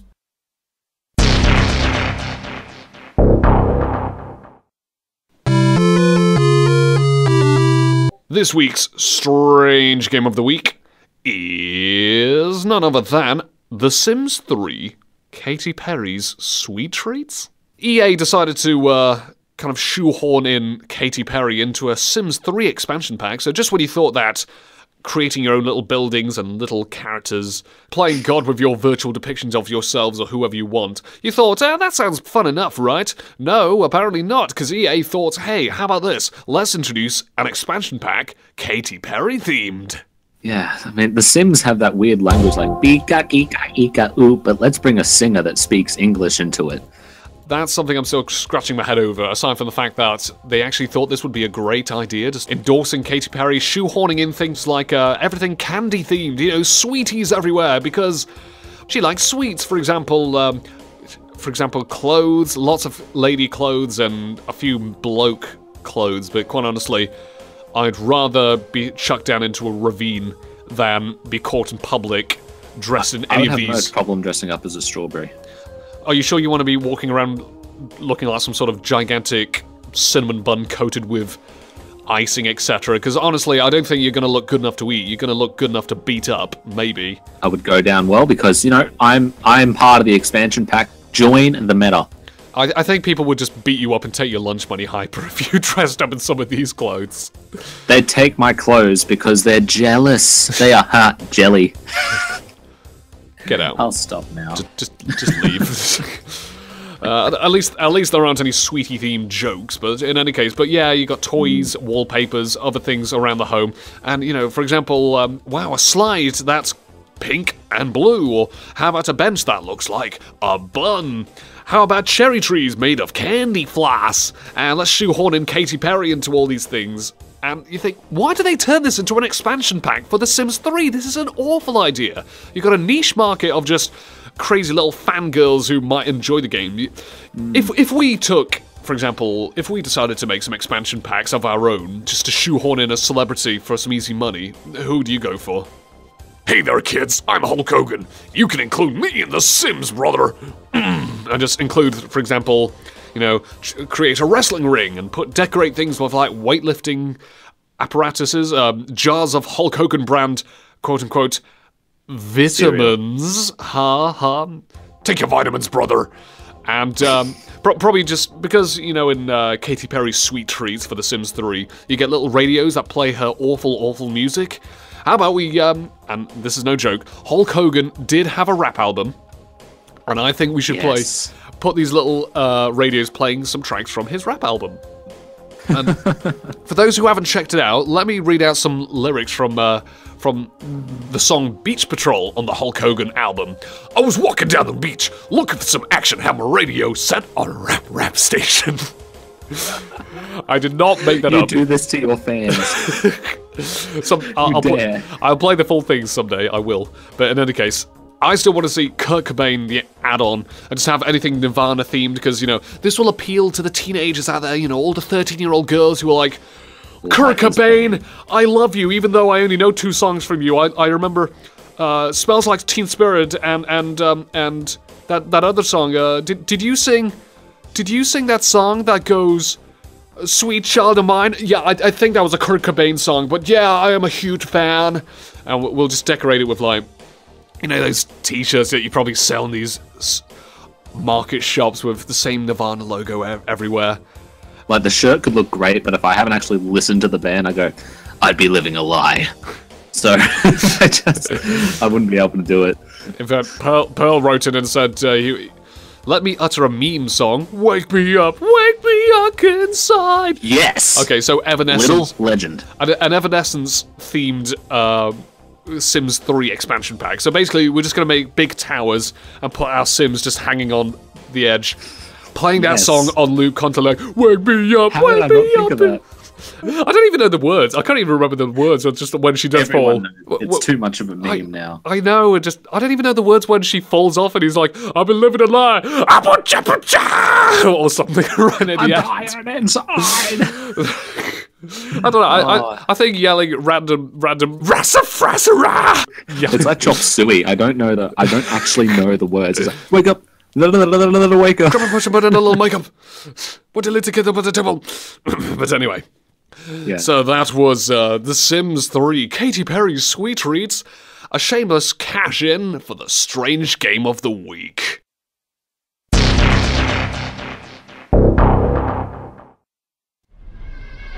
What? I've been waiting for you, friends. I'm not leaving you behind! Dr. Wowie. I'm not a terrorist! Calm down! Impossible! Just take a look at this. Oh no! What's going on with that radio? I have done all I told you. Ho! What? Yeah. The bad voice acting in video games for this week is for none other than Silent Hill. Psychological horror, you know. Spooky, scary moments in the game. Too bad the voice acting is pretty iffy. Huh. Radio. What's going on with that radio? I just love that line. Sorry, we couldn't start without that classic line. Radio. What's going on with that radio? It's just the way he says it with this sort of strange childlike innocence, like radio. What's going on with that radio? It's like he's reminiscing about old times with the radio. The toilet has broken. Toilet. What's going on with that toilet? Bathroom. What's going on with that bathroom? Well, I need to use it. Go away, 47. It's not your game. I've got to pull you two into line. It's time to stop. You can go on for ages at this rate. Honest to God, you're right. Hope this is not Chris's blood. Chris's. What's going on with Chris's? What? Good. Good. Does everyone out there see what I do? Good. Okay, we'll stop now. We'll stop. Well, what's making this happen? I don't know that either. This guy's just random. He's just some idiot. He's just stumbled in, absolutely clueless about what's going on. He's the village idiot. This guy's just absolutely clueless, picking his nose like, so Silent Hill, where's the hill? No, it's a name. Yes, that would be my first question. Where's it? Well, we're not silent, so how can it be Silent Hill? No, that's not the point. This place is creepy. Do you know what's going on? I don't know that either. Why are you here? Why are you here? I just went to the store to get some milk. Where am I? I just want to get a ham and cheese sandwich. I just went to the store to get myself a Jill sandwich. That's why he just walked in at random, and now he's in Silent Hill. Like, this isn't the store. Where am I? He wanted to get his Jill sandwich, and he's ended up in a different franchise. he's just walked into a totally new dimension. He didn't realize. Yeah. Like, do you know what's happened? I don't know that either. Where can I get some milk? Wow. What is going on here? The kind of person I'd expect from like nursery kiddies. Who did the dish run away with? I don't know that either. He sounds like he should be in year 3. The spoon, the spoon, you idiot! Oh, right. The radio. What's going on with that spoon? You're right. right. Now you got me doing it. No. You're right, Aston. You're right. This guy sounds like he should be in the nursery himself, just going, "What's going on with the ABCs? ABCs. What's going on with that? Time for nap time, kids. Nap time. Why are you talking aloud, Billy? You're supposed to be asleep." I don't know that either. Maybe he's just like 6 years old, but he has the voice of a 26-year-old. Half the soul is lost. That is why the seed lies dormant. What? Hey? Are you doing a Patty and Selma impression? That's why it's so dormant. Disappeared into fat air. Why do you sound like Vince McMahon? You sound like Vince McMahon. I just snorted a bucket of sand. This is why I sound like this. I don't know what I'm talking about. It reminds me of this awful movie called Hercules in New York. Okay. And this is Arnold Schwarzenegger movie. Really camp acting and the special effects so corny, etc. But anyway, and it reminds me of this really corny moment when there's a lady on a plane, right? And she looks out the window, and there's a bad green screen effect of Arnie as Hercules flying by, just flies by with a cheesy grin and waves, and the woman goes, "Ah! I just saw a man!" This is the first thing that came to mind when I had the thought of mything. I just saw a man! I just saw something in Silent Hill. It's a soul have to see or something. It's a man! Mama, I found the hell! But what's going on? I don't know that either. What is with Silent Hill? This isn't a psychological horror game. It's just a game of... I think it does inflict psychological harm on you, the player itself. It's just dazed and confused, the game. No one knows what they're doing in this game. Nothing is... My daughter. I've got to find her. This guy doesn't even... It doesn't sound like he cares. He doesn't give a damn. Damn, I lost my keys to my door. I better go find those. Oh yeah, and my daughter is probably somewhere in this evil, disturbing hill. But I've got to find my key as well. It's such a minor inconvenience. I am acting. But I don't know that either. Hold it. Stop. Don't shoot. Wait. I'm not here to fight. What? You ain't here to fight, that's for sure. Okay, this is when a chappie goes, the main character goes in, there's another guy. Hey, don't do that. Stop. I'm not here to fight. And why are they so calm about this? For one thing, the reaction timing is incredibly sloppy, like, stop. I'm not here to fight. Just like 3 seconds after getting shot. He has a bullet wound in his shoulder. Wow, my shoulder really hurts. But I'm not here to fight. Ow, you shot me in the face. But I'm not here to fight. What's going on with my face? Stop. Why is my shoulder dripping red stuff? That's mean. Stop it. I don't like it. Do you reckon the person who shot him was that woman from Hercules? I just thought a man! Ow, you shot me. But don't do that. I'm not here to fight. Well, stop being calm about this. This is a serious situation. You're walking around like... You sound like the milk's gone off. You've got to walk to the shop in your slippers. You make it sound like, oh, darn, it's such a minor inconvenience, but it's pretty funny. Not, oh my god, my daughter's gone. There's monsters everywhere. Everything's pitch black. No one's around. But it's just... Oh, darn. Just him alone in his thoughts with the fog. I better get some milk and my daughter, and I'm not here to fight. Now stop that. That is quite mean. I don't like it. Please stop it. No, stop it. Oh, jeez. This guy sucks. Let me ask you, have you seen a little girl around here? Short, black hair? Just some space blaster thingy, my bob. And that is true. This is part of a secret ending. You play the game, you beat it. Great.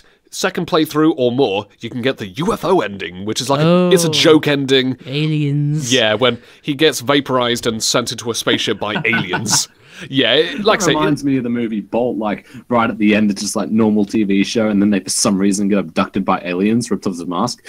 aliens, and just end. Now, like I say, yeah, I get it. It's a joke ending. Fair enough. I mean, it was pretty funny. But the thing is, it's just the fact that he spots 5 or 6 grey aliens with ray guns, and the first thing he asks is, "Excuse me, have you seen my daughter? Short, black hair." You don't. What? You don't ask that to an alien. Just say, "I come in peace." Honestly, imagine if this guy just stumbled into, like, for example, the world of Doom, and there are monsters everywhere. Like, "Excuse me, have you seen my daughter?" Walks up to the next side. most reasonable thing would be, "Do you know what the deal is with this radio?" "Excuse me, Cyber Demon, have you seen my daughter? And this radio. What's going on with that radio? Stop launching rockets at me. I'm not here to fight you." And he gets eaten, and he gets chomped by cacodemons. Wait, he's just getting eaten alive, and he's like, "Stop that. I'm not here to fight you." Ow. At this point, he's already half eaten, so... That's quite mean. All right, any other game? His mouth would go, "That's quite mean."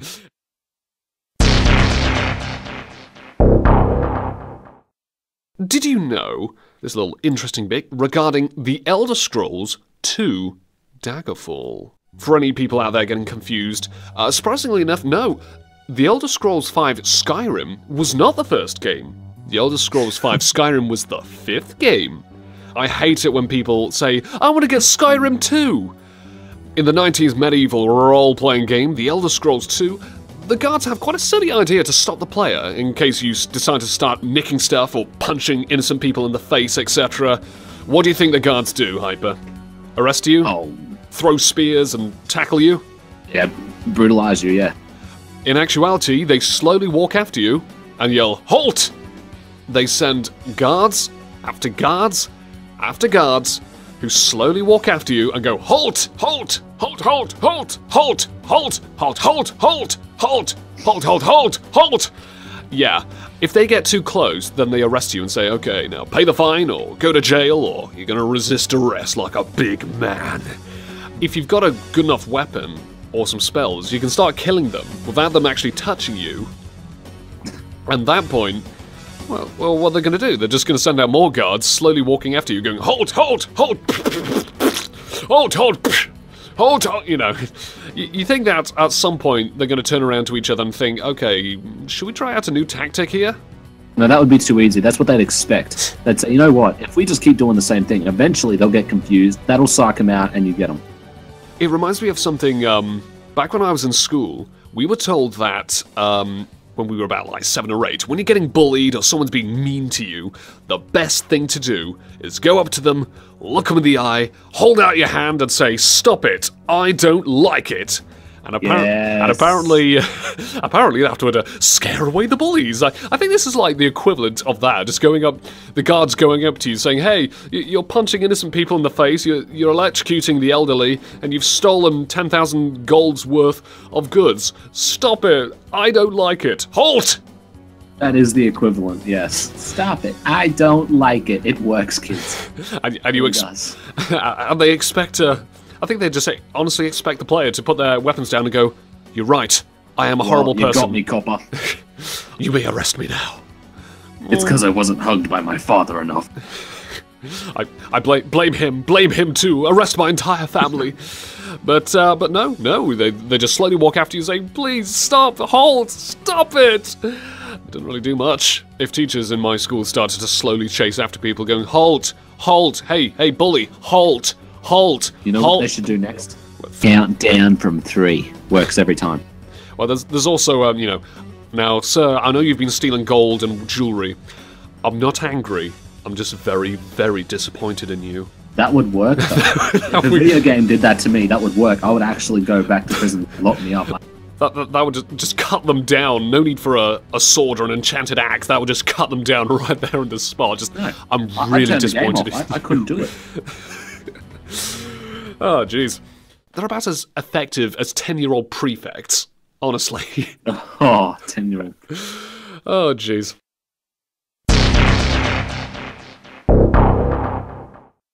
Mod Mania is all about The Elder Scrolls 4 Oblivion. The thing is, someone modded a dagger for the medieval role-playing game Oblivion, and gave it it gave it a reach of 2 million. You could attack people, just swinging at it randomly, and then God knows how many miles away you're hitting someone. I say, you'd have to be like off the map. I could just imagine you just swing like, and then over the horizon you just see, by the 9, assault! Assault! He's been attacking me! Stop right there, cruel scum! Over the horizon. Yeah. Stop right there! Incredible Scar! Give me a moment, give me a moment. I need water. Alright. Imagine in the game though, imagine for example, you're going to do some baking, and you get your trusty knife, and then you get the knife and just go and chop an apple, and then God knows how many miles away in the next town across the map, you've just cut someone. And, ow! By the 9! Assault! Assault! And then just like a week later, you have like 50 guards running up to your house like, yes? It's all over, lawbreaker! It took you a week to get here. I know. I was baking. And it's all worth it. Pay the fine of 10 gold. Okay? No. Alright. And you shall pay with your life. What about like doing haircuts and then cutting, having to cut someone's hair? You're more than just hair, I can assure you. What, you're just cutting someone's hair, and then a couple of miles back, you'd hear all of a sudden the next day, have you heard about Rain Down Reinrichs? It looks like his hair just randomly fell off. I wonder about that, yeah, to slowly hide the dagger with 2 million reach. Yeah, I wonder. You too? You too. Anyway, about those mud crabs. The amount of mischief you could get up with, you could probably pierce the side of God with a knife with 2 million reach. Okay.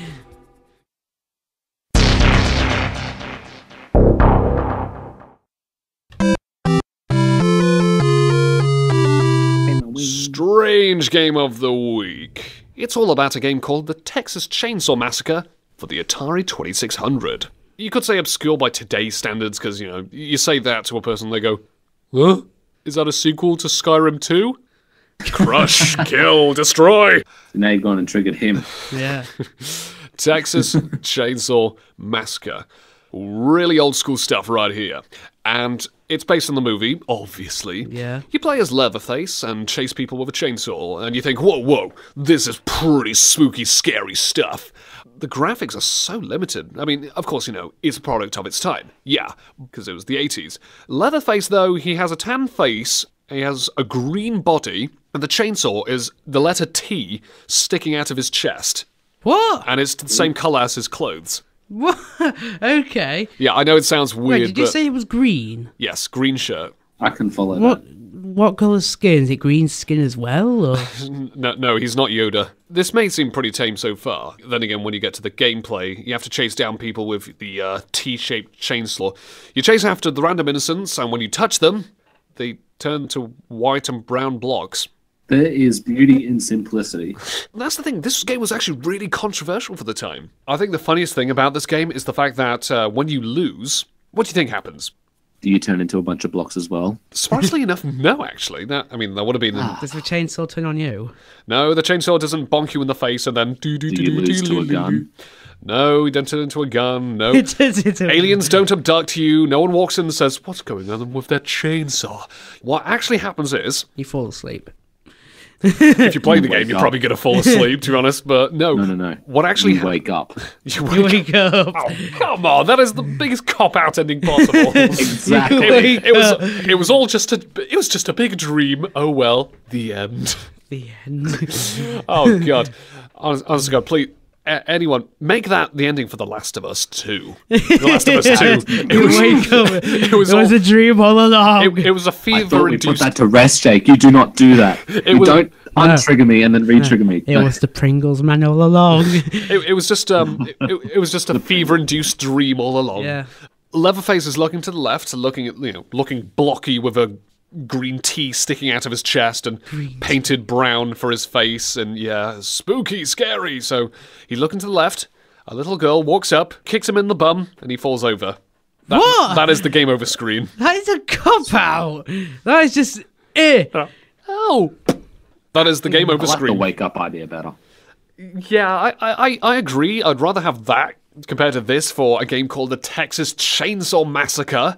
So it's more like the Texas butt kicking. Do you think that maybe that implies something like, you know, everything's bigger in Texas, including getting your butt kicked. Well, by 6-year-old girls. Who somehow look very, very buff and manly.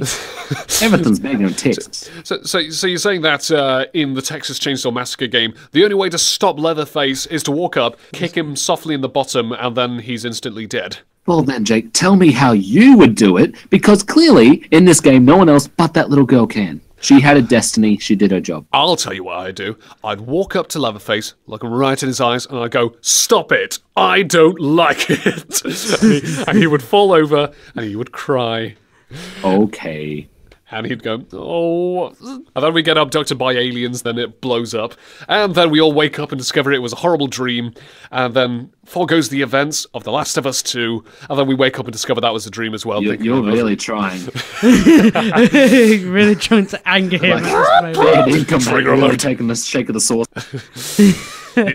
He's ready to go crazy, folks. He's gonna dismantle his shack. It's gonna be the Hyperion Chainsaw Massacre at this rate. The Australian Hyperion Massacre. All right then. All right. So that was the Texas Chainsaw Massacre. Butt kicking edition. The bum kicking edition for the Atari 2600.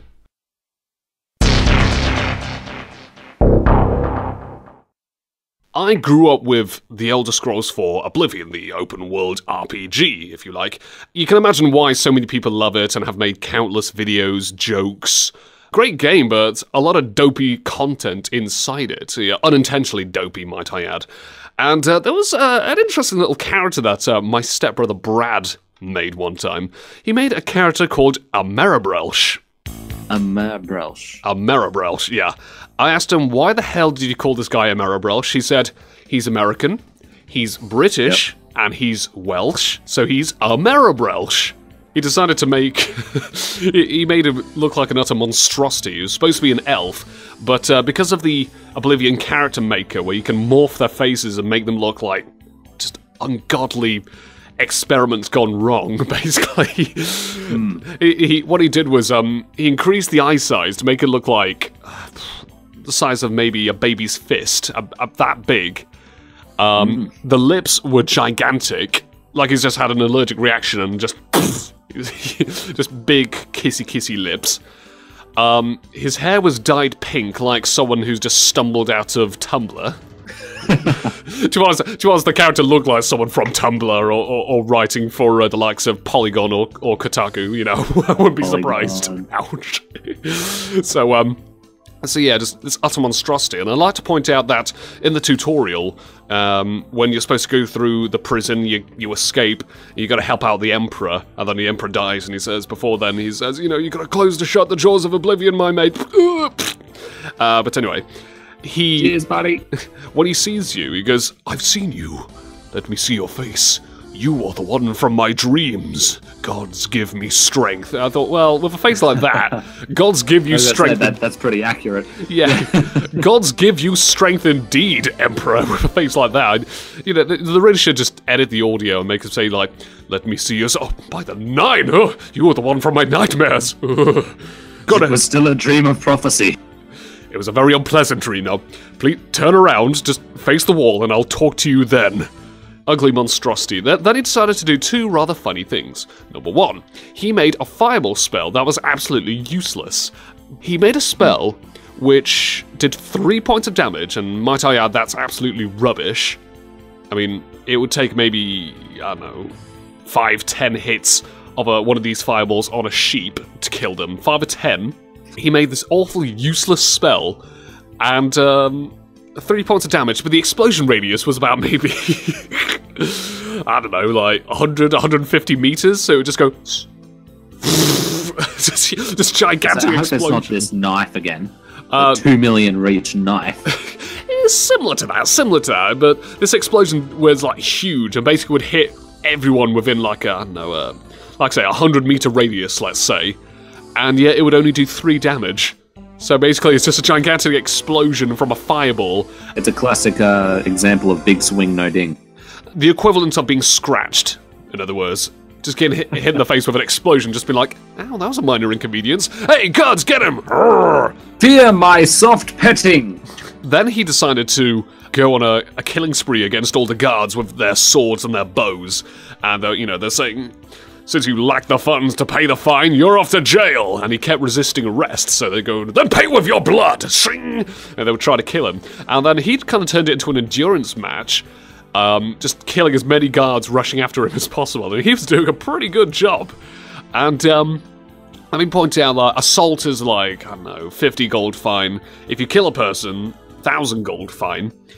And eventually he said, all right, I'll give up here. And they finally arrested him. His fine was about 40,000 gold. Yeah. There's a certain point where you don't give up. You gotta go, I have dug a very deep hole here, I need to climb out. Let me point out, the most expensive thing you can buy in the game is a house that is about 25,000 gold. So instead of buying an expensive house and maybe a relatively expensive house, instead he just decided to kill about 40 or 50 guards. So it cost him an arm, a leg, and a house? Pretty much. The arms and legs of many others, and a house. So that was the adventures of my stepbrother and his wonderful character, Amerabrelsh, probably the ugliest character ever to be created for the Elder Scrolls IV Oblivion. What a trooper. Like I said, he looks like something that stepped out of the Mass Effect Andromeda writing team. Oh. Ooh. I can see a group of Imperial guards rushing after me, ready to give me a fine for that comment on the radio. Oh well, political correctness gone mad.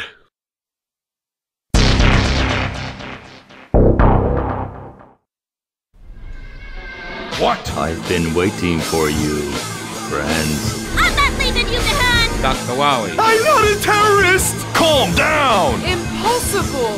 Just take a look at this. Oh no! What's going on with that radio? I have done all I told you. Ho! What? Yeah. The bad voice acting is all about none other than Evil Zone. It's a Japanese fighting game. We covered this a bit of a while ago. Let's start off with the first sample. Ihadolka. She is female, 23 years old. Bad. She was imprisoned in the Evil Zone. It's the iconic sample. He put some effort into that, didn't he? That was Paul Iding, the Colonel from Metal Gear Solid. Well, now we know where the intensity comes from. Intense, chilling stuff that, Can you imagine that in Metal Gear Solid? Snake, you gotta kill this man. He's bad. He's bad. Liquid Snake. He has a Metal Gear capable of launching nukes. Bad. He holds the Metal Gear in the Evil Zone. Ooh, spooky, scary. Colonel, just call it Shadow Moses already. But Snake, that doesn't sound as evil as the Evil Zone. After all, it's quite bad. Let me point out that the Evil Zone sounds like something that a 7-year-old would make up for a little play, or maybe something like I know why they called it the Evil Zone, because it was the Shadow Realm was already taken. Yeah, I was going to say the Shadow, Yu-Gi-Oh, and it's a Shadow Realm sounded generic enough, but the Shadow Realm, at least the Shadow Realm had some kind of mystique to it. The Death World. Ooh, that's when people die and go to the Death World. And of course, many of those people who go to the Death World are bad. Sorry, this is so infectious. All right, let's play the next sample. Adjusting position. Here it comes. This sounds very misconstruing. Like if you closed your eyes and you imagine, in the words of Michael Rosen, that's when my brain starts doing things. Because this is. Yeah. It's a bit... What would inspire you not to connect that sentence? It was one word at the end you just decided didn't want to be there, and then it did. Yeah, it shouldn't have been there. I mean, I can understand, people like Scorpion from Mortal Kombat throwing his spear and then going, "Get over here!" And you think, that's awesome. Yeah. And then you just get Paul Iding yelling, "Here it comes!" You think, calm down. Yeah. Get over here! Get here! Stand right next to me right now! Yeah. I wouldn't be surprised if Paul Hiding decided to go, you know, I am Angry! I mean, Angry. I am Actung, but it is quite bad. Oh, jeez. Poor Paul Hiding. To think, from Metal Gear Solid to this. How the mighty have fallen. Midori, the fighter. Gally Banish Gregman, the nice guy. I'd just like to point out, instead of saying, you know, for example, Aston Richardson, a man with a deep, dark past, but a mighty powerful heart, let's say. Or Hyperion, all the way from Australia, born with a desire to save the world. Instead of that, it's just this guy over here, the fighter. This guy over there, the nice guy. Because they all melded together too. There was no real... This guy over there, Average Joe. The guy over there, he has a beard. Is this the best you can come up with just to make them seem unique? I mean, the fighter in a fighting game? No! Really? That's like saying, Duke Nukem, he likes to use guns. Again, a fighting game calling someone the fighter or the nice guy. Well, you're really bigging them up right there, aren't you? Instead of calling, you know, the Scourge of Oblivion or the Evil of the Land, you just say, this person, he's a bad guy. I think it's like Vince McMahon's booking in WWE. This is Roman Reigns. He is the fighter. Here's the guy. So you think that this is basically just like wrestling gimmicks right here? It is. We have over here Rain Down Ryrix. He is Rain Down Ryrix. The guy. He is a guy. He has muscles. We have Stephen Tree Bum. He has blue trousers. Here comes Invincible Guy. Oh my gosh. Here comes Invincible Guy. I wonder what his power is. Oh, I'm invincible! I swear that must be like the mighty best character in the game. Here comes the most OP character in this game. Oh god, this with Dark Souls level health bar. But these characters are rubbish. These sucks. They're rubbish. Honest to It God. sucks, Bob. Invincible If guy. you think about it, that explains a lot. Because just because he's invincible doesn't mean he's strong. It just means that you just gotta, I don't know, hold him down with the paperweight and he can't move. Didn't you hear the horror and fear in his name? Just like the name Invincible Guy. Come on, we can make better names like that. I'm gonna make a fighter and I'm gonna call him Man. The great thing is he's a man. Can you come up with any great names like Invincible Guy? Whoa, man. Whoa, man. He's like a man, but in fact a woman. Therefore, whoa, man. He is actually a woman. Therefore, you cannot determine her gender. Because political correctness. Never skips leg day, man. He can jump, but that's about it. Jumping guy. He can jump pretty high, and he robs banks that way. Pearl wrote in and said, Chris Man. Chris Man? A man called Chris. We just call him Bob. We could. Chris Man. Actual name, Bob Bobbington.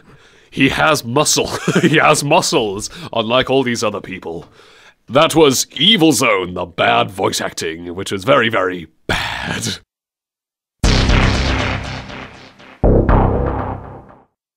Super Smash Brothers, me characters. I made my own little characters from, God knows, here, there, and everywhere. Made an interesting cast of characters. Let's see if I can remember them. So... I made Uncle Phil from The Fresh Prince of Bel-Air. I made him as a lead character. Made him as a fighter, and I gave him a mecha suit. You should have made Carlton. I could have done. Well, they give him the Carlton dancers, the final smash, but... Did you do Corey from Corey in the House? Surprisingly enough, no, I didn't make the best character from the best anime as a fighter, but... He's in his house. In any case, so I made Uncle Phil, and, you know, with that mech suit, he can turn any enemy into pillowy mounds of mashed potatoes. Oh. I can imagine like a jump cut with him when he throws Jazzy Jeff out of the house, like, ah! I can imagine that happening anytime he throws a fighter in Smash Brothers. So, I made him. Oh, who else did I make? I made Hank Hill. Bring the propane. From, bring me my propane in a match. I have in my right mind and show this boy what I'm thinking. I'll tell you what. Oh, that Mario ain't right. I'll tell you what. Whoa, ho, ho. So I made Hank Hill. I made Tommy Wiseau from The Room. Oh, hi, Mark. Oh, hi, Luigi. Anything from my princess. So who else? Didn't you make Ainsley Harriet? I did make Ainsley Harriet, yes. I gave him his trademark grin and a chef hat. Give him a good old rub. Boy. Yeah, boy. And speaking of chefs, we made Brock from Pokemon. I gave him the eyes as well, the slit eyes, and the drying pan. Right, the thing is, I tried to give him like a frying pan as a weapon, but I couldn't because I only had to make him a sword fighter, and so that's some sort of strange. I was gonna say, if you give him a frying pan and then his up B, I'll use my frying pan as a drying pan. Have these jelly donuts. Curly rice balls. The rice. This is a great burger. Oh, a great burger. Oh, jeez. Hey, Wii Fit Trainer, have these jelly donuts I made. Well, actually, those are quite unhealthy, and besides, they are rice balls. No, they're jelly donuts. But they're from Japan, and Japan like it. Jelly donuts. Stop! Don't hurt me. Damn it, Brock. Oh, who else did I make? I made from Feminist Frequency Anita Sarkeesian. Thing is though, I thought I needed like a lady for the cast, so I chose Anita because I gave her like really powerful attack, but her defense and speed were absolute rubbish because Makes sense. she couldn't handle criticism. She wasn't very up to speed on things. Are you proud of what you've done? Well, the thing is, you shouldn't be. Yeah. Well, I gave her a very powerful attack because that's what she did back in the day. I'd be very proud. Also, I decided on making her a fighter character rather than a gun fighter or a sword fighter because I thought phallic symbolism, it might be representative of the male fantasy, the patriarchy. So no, we'll just make her a fighter with her fists. It is speak more words than actual evidence ever could. Oh, jeez. But yeah, the amount of times me and my mates, we decided to pit them all together in like 8-player Smash. And get all these characters, get Hank Hill to fight Uncle Phil. We got like Wilford Brimley, his Dabby. Just gave him a mecha suit because he's old. Yeah, cut him some slack. He's running on fumes at this point, so they had to hook him up to some machinery to keep his brain stable. That is a great time, just making 8 Mii characters fight together. Like a mate of mine does that too. Like he's made Miis of all of us. Yeah, and he just, even when he's not paying attention, he'll just throw it on to see who wins. And I'm happy to say I am 3-time world champion of that Nintendo Wii U. That is great to hear. And if you win a number of times, he decreases the difficulty level. 9, 8, 7, 6. just make I won it so many times in a row. I went down to 6 before I lost. Really, 6? That's cream puff Everyone difficulty. else was on 9. It was great. I tell you what, though, I remember we had a little Smash Brothers competition here in the university, and a gentleman called Gilbert, let's say a portly gentleman, he seemed like an alright fella, quite quiet. A gentleman called Gilbert let us borrow his Wii U. We all played big games of Smash, and then we had themes, someone coming up with stupid ideas like, okay, choose a character who you think someone has a crush on in this room, so just seriously Samus, so I chose Donkey Kong, and I looked around like, alright, who loves Donkey Kong? And yeah, someone chose Gilbert, then said, name the play the sexiest character in the game. I chose Mr. Game & Watch, the 2D character, and then someone chose Gilbert, and eventually we said, yeah, it got increasingly rude, some of our themes, and we decided to, okay, let's just do like an all Gilbert match. Everyone choose 8 Gilberts fighting at once. It was quite a sight, I must say. For the memes. just for the giggles. Trust no one, not even yourselves. I don't even trust Gilbert. Poor fella. Ah, geez. So anyway, that was all the fun times we had in Super Smash Bros. So, fun times indeed. Fun times indeed.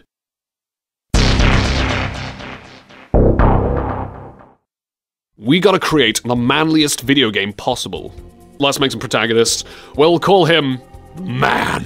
Well, his last name is Man. Man. Well, we'll give him first name Branson. Let's call him Worcestershire sauce. Shut up. Okay, Branson Man. We'll call him Branson Man. And his wife, who's built like a truck, she's called Brenda Man. Okay. Brenda. We have just created 2 of the manliest characters possible with Branson Man and Brenda Man. Okay, so what is going to be the plot? I think they're going to have to travel through time because they inadvertently punched their way through a rift in the space-time continuum. Yes, and somehow fallen through time.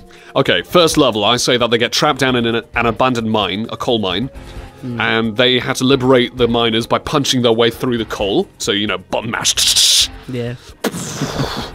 They break out, and then discover, oh my goodness, World War II's happening! Oh. So they got to defend the country from those Germans. So I can imagine weapons including perhaps, you know, I think just like anytime the Germans would drop bombs, they would just like pick up a tennis racket, knock it back into the plane, and blow them up. Yeah. That sounds like a manly thing. As for long-range weaponry, probably just pick up something like, I don't know, pea shooter. Yeah.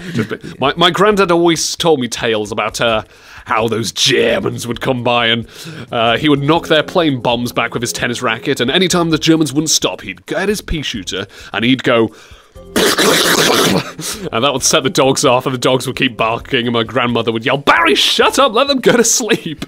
So I can imagine though in the manliest game possible, turn a simple pea shooter into a NAA gun. Weapon, yeah.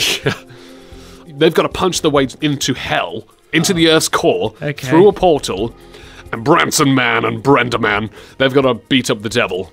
just with fists, And I think, you know... And we'll have some good old dialogue like, let's settle this the old-fashioned way with fisticuffs, see? And so you see, let's go, you see. I've been doing this since I was 10 years old, see? I punched a tuna can open, you see? I think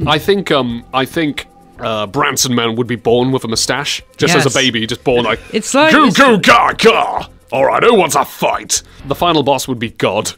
God would ascend from the heavens like, you dare underestimate my power? Oh my goodness, oh no, it's the Man Clan. That's right, God, I want to fight you. And I want to fight you too. Right. Legion's coming. Play this awesome kind of music. And just have some awesome choirs like, playing in the background, you know, manly music. And then as these characters, I think, for a manly, epic round-off to the game, you have to beat up God. And you win. Yeah. And you win. And then they have an epilogue where they're sitting back listening to jazz music, smoking a cigar. They're just sitting back. And that's how I defeated God, see? They're just sitting back and they said, you know, we could become rulers of the world, but we're British, so we don't want to cause a fuss. Everyone, be nice, be gentle, and work on those biceps. Yay! And so, credits roll. They're just sitting there, sipping some orange juices, and God is by their side, dressed up as a servant, like, more tea, sir? Yes, more sugar this time. Very well. Stop sniveling. It'll be like Neptune. We can feel thy wrath stove. What did I tell you about frying our scones? Perfect scones are made with muscles and not magic. I think we just created the manliest game in the world. Next step is make an anime based on it.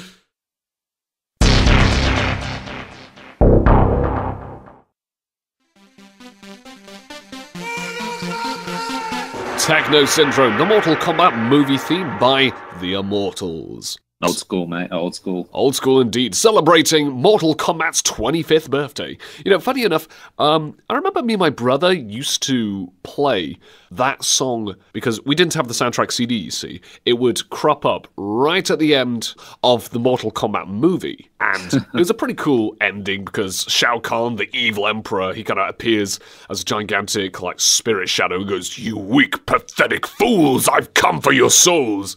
And then Raiden, the Thunder God, a little sparkle of lightning in his eyes, goes, "I don't think so." Mortal Kombat! And we thought, that is a cool ending. As the credits rolled and that music played, we would start to kind of swing our arms around and play kind of joke Mortal Kombat, etc., just play fight with each other. And usually it would kind of go like, you know, okay, Mortal Kombat, just like swinging our arms randomly at each other. And at one point I remember, I think we actually hit each other a bit too hard, so partway through it's like, Mortal Kombat, ow, you hit me, oh god, sorry, pause the video, okay, you okay, yeah, I'm okay, good, okay, shall we try it again, okay, Mortal Kombat! Why? Perhaps we took it a little bit too... Maybe just a little, but... Just a tad bit, but in any case, and of course, naturally, right at the end, then we do a made-up fatality in the spot. We were like 8 or 9. Can you really blame us? No, just those really brutal... I forgot the words. Fatality. How can you forget, like, the staple inclusion to Mortal Kombat Hyper? I'm sorry, my tongue tied, and there's nothing I could do about that. Fatality. There we go, ladies and gentlemen. Thank you. I don't want you to yell out something like, Liu Kang wins. He killed death. Is that it? It doesn't have the same ring to it, does it? No, it doesn't. They picked the right word.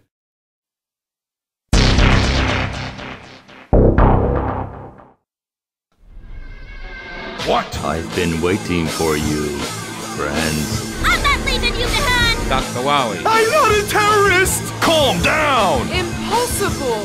Just take a look at this. Oh no! What's going on with that radio? I have done all I told you. Ho! What? Yeah. This week's bad voice acting is all to do with Mortal Kombat 4. Appropriate enough because I thought, Mortal Kombat Anniversary? Why not play some of the awful, atrocious acting that is in the first ever 3D Mortal Kombat game? It's over, Jarek. You're coming back with me. Never, Sonya! The Black Dragon live on! Never, Sonya! The Black Dragon lives on! It's over, Jarek.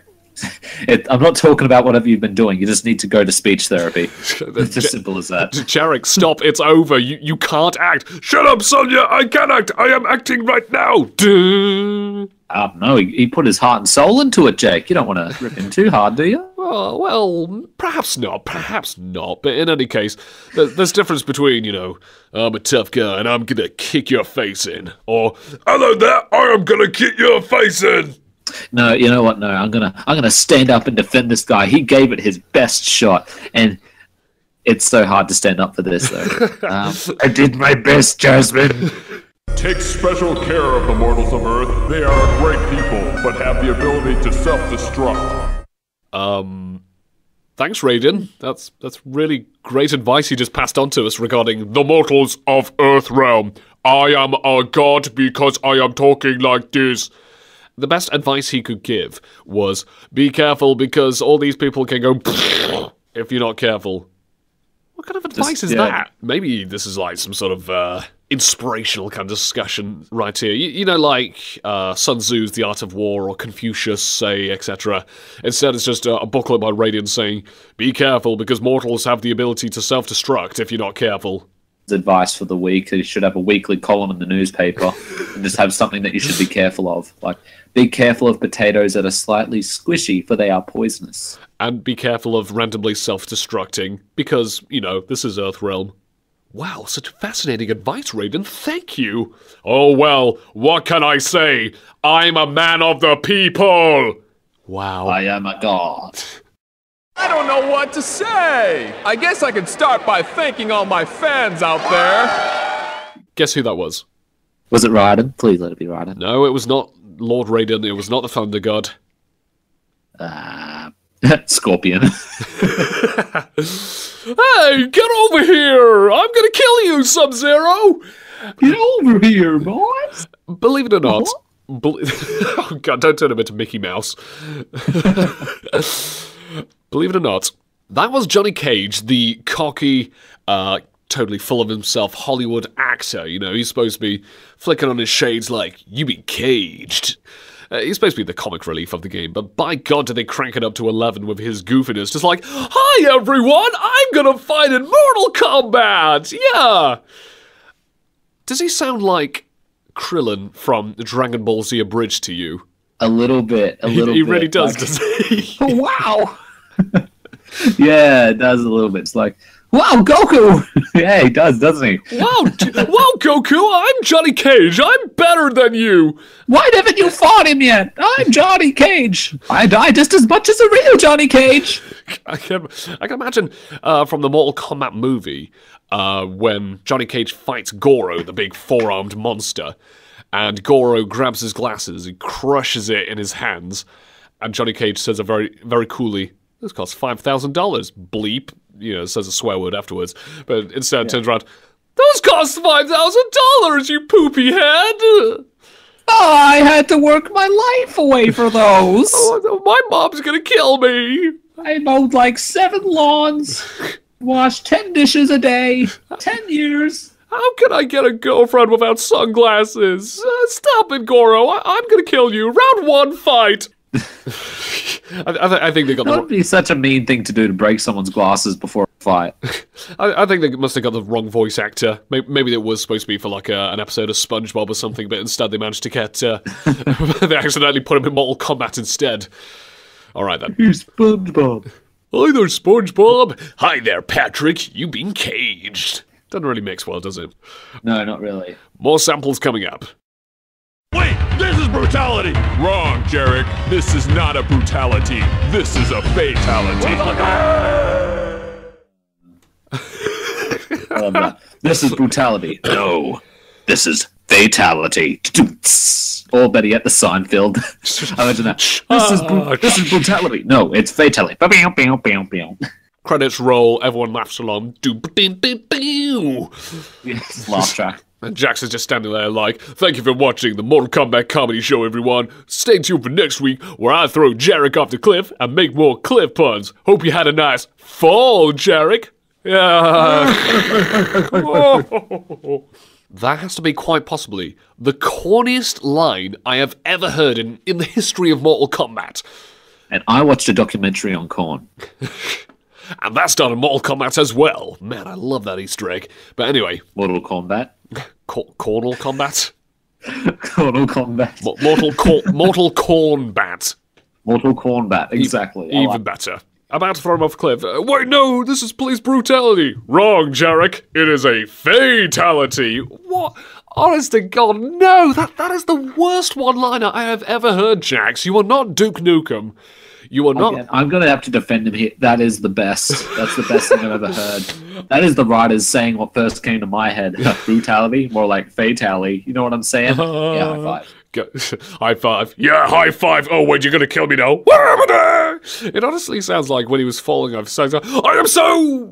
I can't say the last word on the radio, but... So let me play that sample. This is a fatality. The battle is finished. Your quest for vengeance is over, Scorpion. That was like a weird Arnold Schwarzenegger. It does actually sound like Arnold Schwarzenegger. Guess who that was, though? Please tell me it was Johnny Cash again.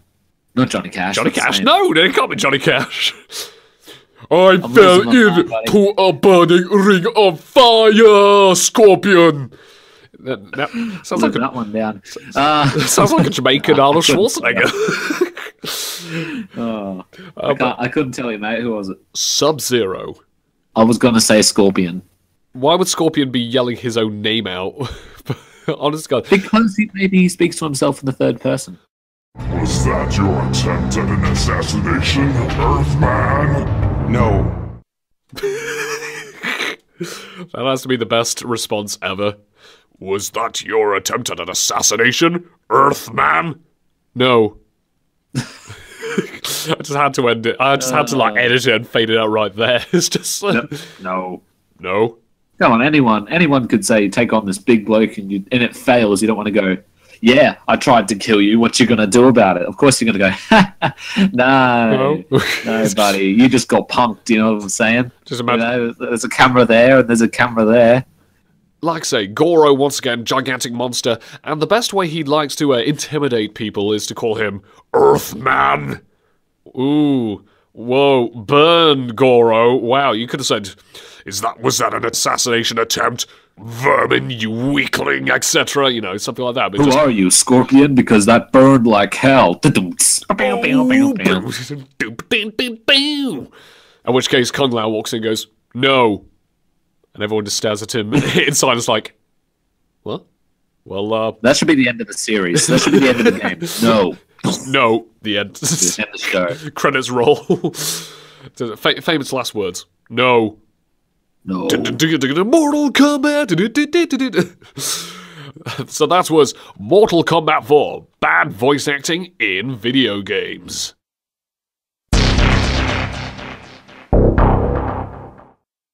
Not too long ago, I was thinking about a TV show called Robot Wars. So it was a part of my childhood, so it only felt natural to get the PlayStation 2 game called Robot Wars Arenas of Destruction, and at the time I enjoyed it.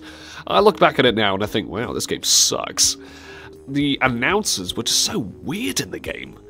For example, the announcer of the game called Jonathan Pierce, he did the original announcing, and he would sit in his box with his microphone and say, you know, "Oh my god, looks like the robot, he's heading for Sir Killigard. Oh my god, he's been flipped all around the arena, being flipped around like a pancake. He's going right up to the flamethrower," etc., you know. And he was a great commentator. It added a lot more fun to, just to all the hilarity and maniacal madness that was Robot Wars. But in the PlayStation 2 game, in Robot Wars Arenas of Destruction, though, oh god, the announcing was so annoying. He just wouldn't shut up already.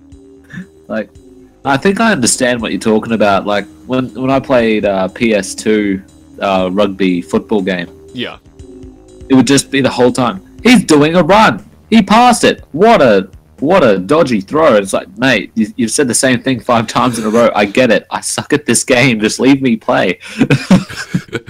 That is all too accurate. That is all too accurate. Like the same 5 or 6 lines recycled over and over. I mean, the amount of times that, for example, I start off the game and it goes 3, 2, 1, activate, and then for some bizarre reason, when I'm just driving slowly towards the enemy, and then then Jonathan Pierce on announcer, as the announcer, yells, "And it's going straight into a collision course!"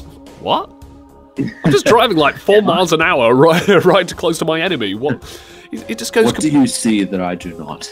It just goes completely bonkers all the time. Every time I just drive around, he's yelling, "And it's going straight into a collision course!" No, I'm not! I'm taking a left slow turn to avoid something! It gets worse, though. It gets worse. That would be a great GPS if you think about it. Instead of just make a left turn, it'd be, he's about to crash into something! And it's gonna crash into a big truck! If you pass some of the traps, then Pierce is gonna start going off about it. Yeah, pretty much. And, you know, oh god, I remember this line would always make me and my brother laugh, because every time you'd go right near the edges where the flamethrower is spewing out, and this must have happened, like, you know, every 15-20 seconds, the announcer, he would constantly yell, "Look out, could be barbecued bots!" And you think, okay, that was corny enough. Okay, let me just smash this guy and use a saw blade, push him into the flamethrower. Look out, could be barbecued bot! Yeah, I heard you the first time, Jonathan. Right, now to flip this guy. Whoa! He's going, look out! Could be barbecue bot! Shut up, Jonathan! This was before the time they decided we should really give the guy more than one joke. How many lines did we record, Jonathan?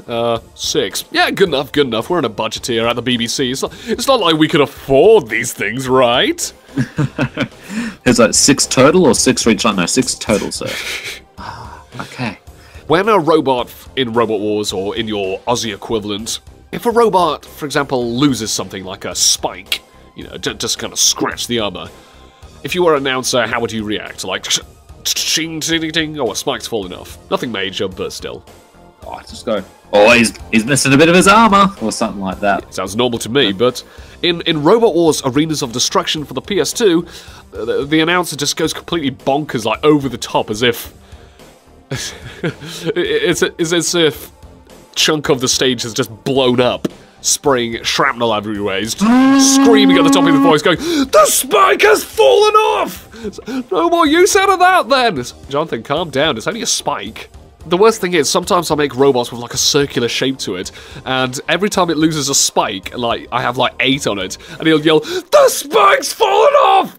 No more use out of it. The spike's fallen off! Instead of this, you know, exciting action-packed flamethrower-induced battle in Robot Wars, instead it's basically just every 10 seconds, the announcer, Jonathan Pierce, going absolutely bonkers, yelling about, "Oh my god, he's lost a spike! Could be barbecued bot! He lost a spike, barbecue!" Oh god. BattleBots, but every 10 seconds it has whatever the nominator's name is. The spike has fallen off! If there was the barbecued bot and they lost a spike while they're in the flamethrower, what would he say? I think he would either go, I'm trying to say barbecue spike. Yeah, just everything play at once, or he would have a heart attack and collapse. I like that one. Like, I like to imagine that, you know, old school 90s, early 2000s technology would make them talk at the same time. Here's hoping. But it'd be a nice little bit of like DLC, just like imagine it, just like do it at the same time. It would probably scar children. But like, too much action! I swear this guy could go to a wedding and make it seem like it's exciting action-packed stuff. The bride and groom has cut the cake! Imagine a drone. You know how they have drones at weddings these days to take those really nice shots? It's just like the drone misses, goes into like the fire at the reception. Oh my god, it's barbecue bot! I've been waiting for my moment, and it happened. I can imagine him just like standing up saying, I'd just like to say a few words to the bride and groom. Activate! Thank you, Jonathan. You can sit down now. All right, everyone, let's start firing up the music and dancing around to some DJ tracks. Oh my god, it looks like the DJ's playing some music. No more use out of that. The music is fire. It's time for barbecued bot. The vinyls are flying away. No, we're not. We're just putting them away. The DJ's over. Oh my god! It's like he got the idea that if he yells loud enough, then everyone's going to think his commentary is fantastic and wonderful. But it was fantastic and wonderful. I'm enjoying it. Well, I suppose so. I mean, the amount of times he's yelled "barbecued bar," me and my brother can't. We can't listen to that without cracking up completely. I'm gonna get a soundbite of it. So that was Robot Wars: Arenas of Destruction, one of the strangest early 2000 games, if not just for the over-the-top, overly energetic, and overdoing it commentary by Jonathan Pierce.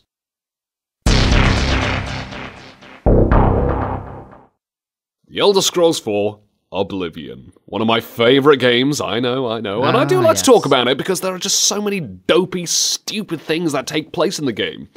And I came across a video and it just reminded me about, well, do you know how strict guards are in this game? Oh, yes. You can probably imagine. Allow me to clarify. So I watched the video, and what the player did, walked up to a shopkeeper, and he was standing behind the desk, smiling at the player, and some bits and bobs surrounding him. And all the player did was look at some items decorating the desk, just slowly drag them to the left, and the shopkeeper was yelling, "Oh my goodness, thief! Stop that thief! Stop that thief! I'm telling the guards, stop that! Hey, pickpocket, stop that thief! Stop that thief! I'm telling the guards on you! Stop by the 9 device! Stop that thief!" Yeah, it's just playing the same 3 clips over and over again. They should do like a remix of that. Just like do like a nice little hip hop beat to stop that thief. Just stop that thief! Stop that thief! Yeah. Yeah, you're right, Hyper. I've got to get on the case with that. Naturally, the guards rush in, and he says, "Stop right there, criminal scum!" And the bounty for dragging items, which apparently that classes as thievery.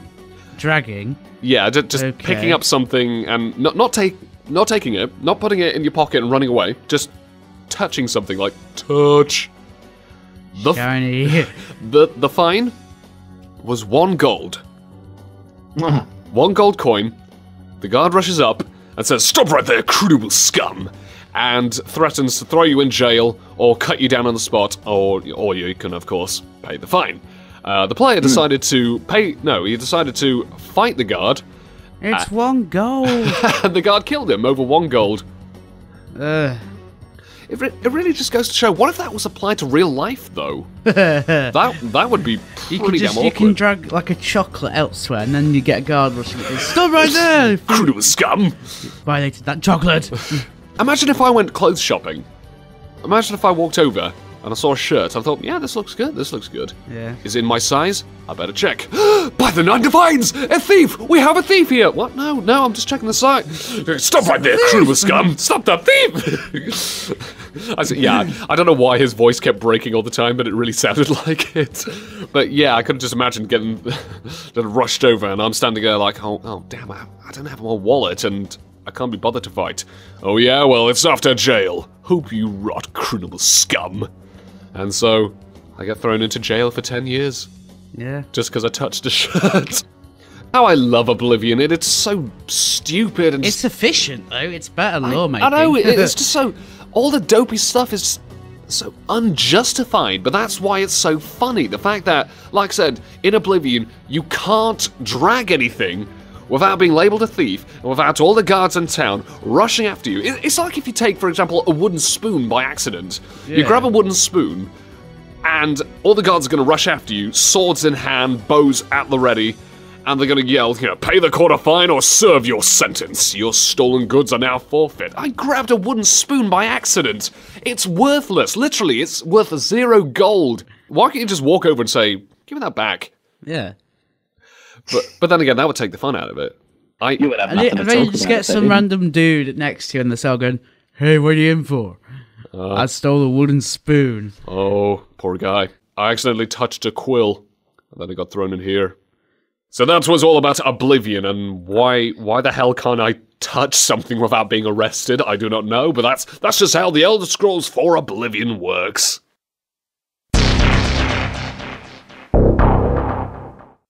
Mod Mania for this week is called Hotline Mystery Incorporated. We can rant and rave about how we love Hotline Miami all day, but we won't because that's boring. Let's talk about the mod itself, because Hotline Mystery Incorporated mixes Hotline Miami 2 with Scooby-Doo, and is created by YouTuber Jerry Terry. Animated cutscene replaces the pixelated animal mask gang of vigilantes known as the Fans, and it replaces them with the faces of the Mystery Machine Gang. So, instead of a bunch of thugs who are going around doing murder, taking drugs, and saying, oh, let's kill some bad drug guys, when you think, you hypocrites, go to jail. Yeah, it replaces these guys and gals wearing, like, swan masks, zebra masks, tiger masks, etc. Yeah. Instead, it's the head of, for example, Shaggy and Velma, Freddy, etc. And they're all saying, oh, well, I spotted these guys down at this apartment over here. I think it needs clearing out. For clues. I can just imagine the dialogue like something like, hey gang, I just heard that over here is full of these dealers trying to deal guns to kids. There's only one thing to do, gang. We gotta get in there, bring our axes and machetes, and find the culprit. And of course, they all drive in. Jinkies, look at this place, it's a dump! Yeah, gang, let's turn into an even messier dump. I paint the town red. I can imagine when they get in, they're probably gonna see like someone with an animal mask on. And they're gonna think, Jinkies, it's a monster! And at the end, it'll be Old Man Jenkins. Old Man Jenkins! The janitor? He's probably going to be the final boss. They're going to just blast him with a shotgun. They're going to take the mask off and say, Old Man Jenkins, well, what do you have to say? That's what they all say. Get him away. Meanwhile, of course, the Hotline Miami gameplay continues with all the gang rushing around saying, hey guys, I found a clue. This guy has a dagger in his head. Someone threw it. Freddy, I think I saw you do that. Shut up, Shaggy, or I'm going to take you to the police. Zoinks! Zoinks! I think instead of synthwave, it'll be like some weird psychedelic surf music. Or it's just going to be like, come on, babe, we gotta go on down to the place where dreams come true. Oh, God, my legs! Hey, gang, we got some more clues over here. Zoinks! Zoinks, Freddy! Look out, he's got a chainsaw! Velma! That's the best episode of Scooby-Doo ever. That we like the Adult Swim rated 18 version. Hey, Scooby, could you kill that guard over there for a Scooby snack? That truly would be the greatest video game mod ever. Hotline Miami, yes. Extreme violence, top-down shooting, etc. With the mystery gang. With the Mystery Machine crew. Hanna-Barbera are rolling in their graves thinking, why hasn't this been made? But we love it anyway. We want to endorse it for Hotline Miami 3. At the end of it all, everyone's going to be like, zoinks, guys! I forgot the mayo! Scooby-Doo. The van's just driving away from, like, a crime scene. The police has arrived and seeing, like, all the bodies everywhere, all the gang members being shot and sliced, thinking, oh my god, what kind of inhuman monster would do such a thing? Scooby-Doo did it. Scooby did it. So that was Hotline Mystery Incorporated, the Hotline Miami 2 meets Scooby-Doo mod. I'd play that. I'd play that. I'd give it 10 out of 10. I'd say it's a mystery. Just play that. It's a mystery why it isn't a thing.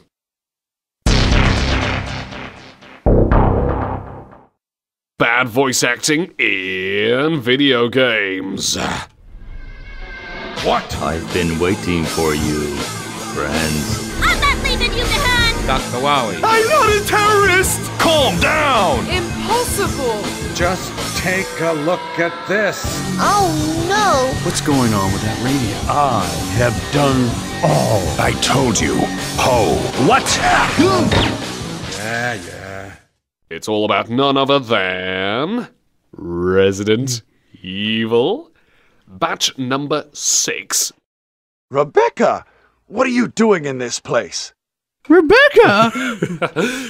That was none other than Macho Man Chris Redfield going, Rebecca! There's not very much of that. It's more very feminine. It's like he's sitting down reading through these little books of, for example, because it's the Spencer Mansion, so it's probably going to have books of art like the Naked Lady and the Clam, etc. Yeah, things like that. And he's checking out these pictures, and Rebecca walks in, and he's like, Rebecca! It's like, yeah, you caught him at a very intimate moment. Well, knowing how dopey and stupid everyone is, Chris is just like looking at them like, wow, a lady! She's got no clothes on! Rebecca! It sounds like he's 13 years old. Yeah. Like he's never seen a lady before, and Rebecca's here is like, Rebecca! What are you doing here, Rebecca? Because I am tough. I am Chris Redfield. Caught me at a very inopportune time. A very big contrast to the gigantic, big macho man Chris Redfield that you see in Resident Evil 5 who punches boulders. I think I can understand why, A, he got so big, and B, why his voice is so high-pitched, but we're not going to say it, of course, because this is radio. Yeah, I think it goes without saying. So, anyway, let's check out the next sample. There's a page missing. Yeah, I thought about that too. Perhaps that was the most important part.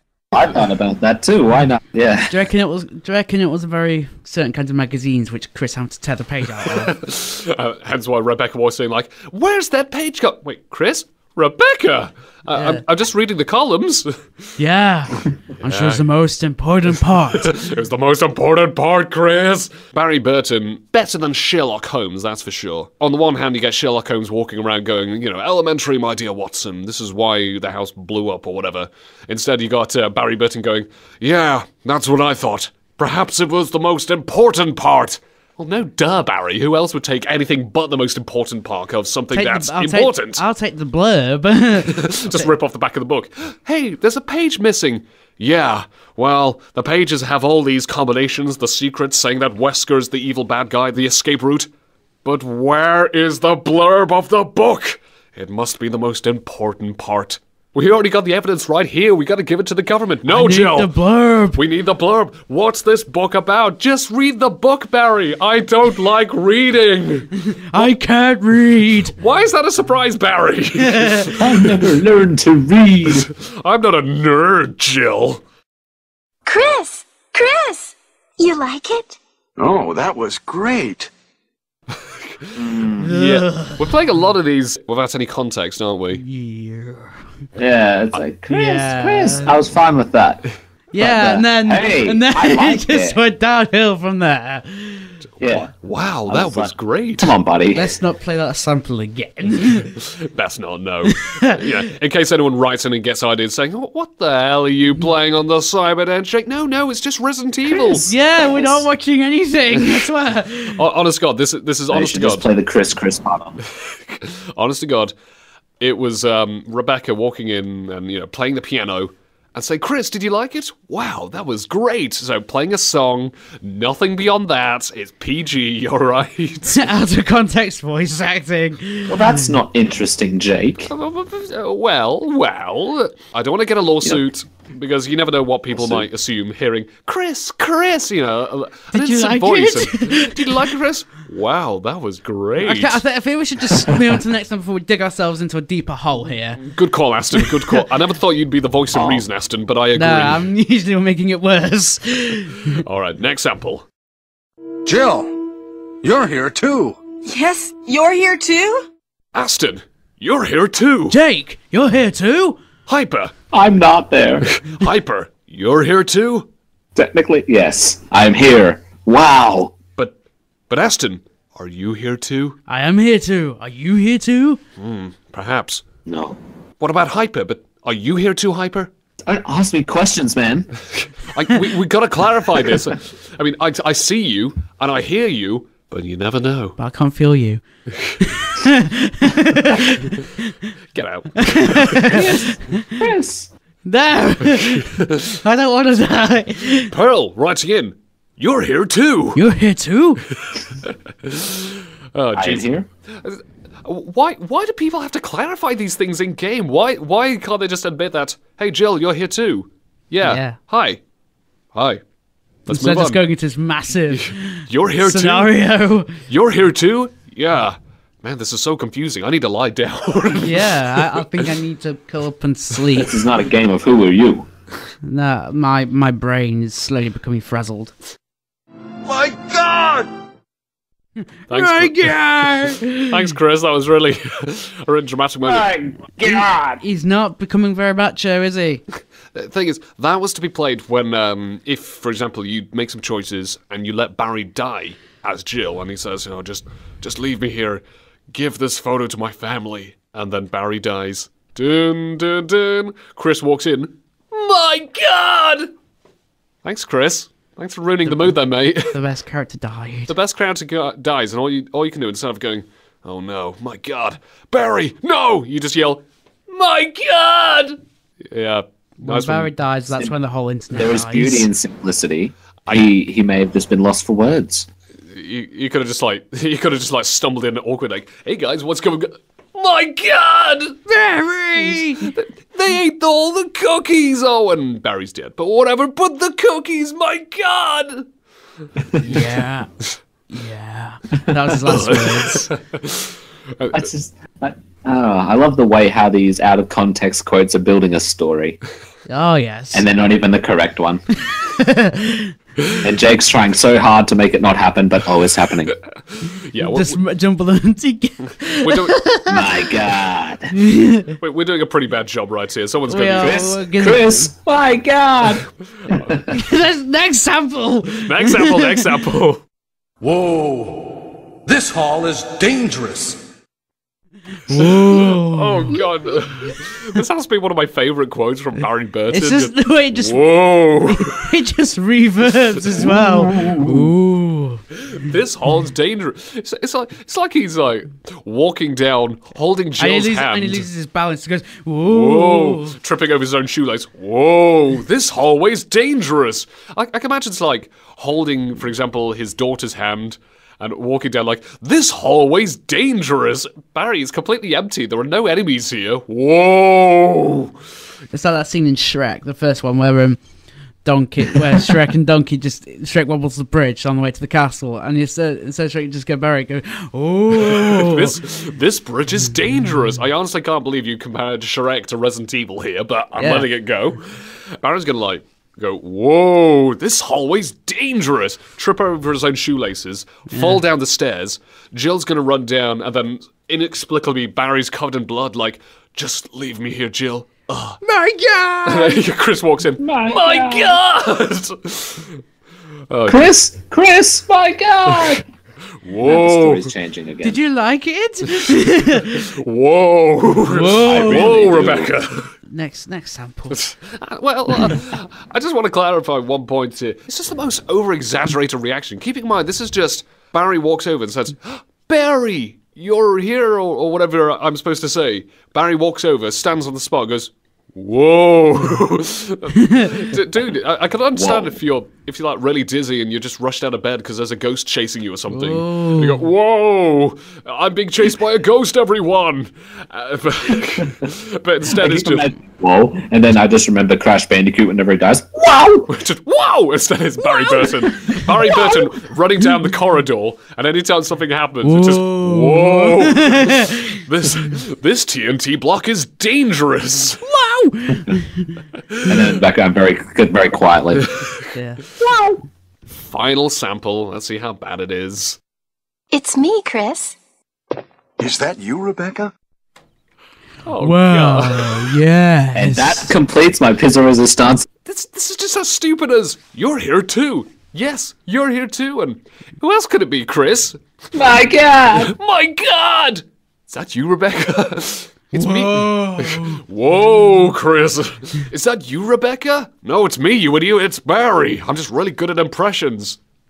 Rebecca? No, it was me. Rebecca the whole time! Why is everyone in Resident Evil just a complete idiot? I don't know. Why are Is that like a horror game And why thing? are these samples so Everyone is horribly stupid. misconstrued? It's me, Jake. I swear, I'm going to present like the next part of the show, and I'm going to go, it's Jake the Voice, and people are going to write in a big bulk and just say, is that you, Jake the Voice? All right then, so that was Resident Evil, the bad voice acting for this week.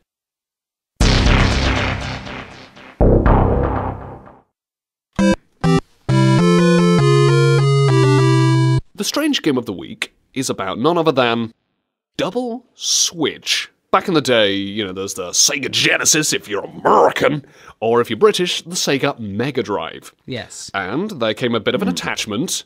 You slide in the console, and on the side, you can put a CD in, hence, of course, Sega CD. So you're thinking, well, with CD power, we're going to get some great games, right? No. Yeah. Well, quite a lot of them were kind of like... Bum. Yeah, the interactive, total and utter bum. Interactive movies, you could say. And you Double Switch is one of them, is an interactive FMV movie, so, you know, like compressed quality videos for the Sega CD, and it came out on Sega Saturn and PC as well. So compressed camera footage, and it starts off, so you boot the game up. Who do you see? It's some dweeb. Some dweeb. No, it's not a weeb in a basement, Aston, don't worry. You boot it up, and you spot a dweeb, and he goes, hey, hi, my name is Eddie. This is my building, and this neighborhood really sucks, and you gotta stop these bad guys. And you think, how am I gonna do that? Laser guns, rockets, fist fights? No? No, you're just gonna have to press a button and look through cameras. What? Why can't you do it? Well, I'm trapped in the basement, and they trapped me here. I need help. Wait, where are you going? No, come back. No, please! It is fun! No! But, yeah, and that's pretty much the gameplay in a nutshell. It's So just... basically gathering dirt on people to show to the big bosses or something. Actually, no. It's Nah. even balmier than that. Oh. I mean, yeah, you are spying on people with cameras, and of course there's some subplots that no one cares about, naturally. So you're going through these camera feeds at the Edward Arms apartment, and then you spot various gangsters. Oh. Trying to rob the place and turn off the power, etc. The problem is the very camp gangsters, very camp acting. So, like I said, they're trying to, you know, rob stuff and turn off the power box, etc., and beat up the tenants if need be. But like I say, it's just like 1930s style, say, kind of clothing that they're wearing. Yeah, see? Walking around with fedoras and jackets and glasses. Now you speak my language. Yeah. Typical clothing that Hyper would wear on a Friday night, in other words. In a back alley. Hello there, ladies. Yeah. Hello there, ladies. See, I'm Australian. See, yeah. Yeah, mate. Yeah, mate. See. Yeah, like.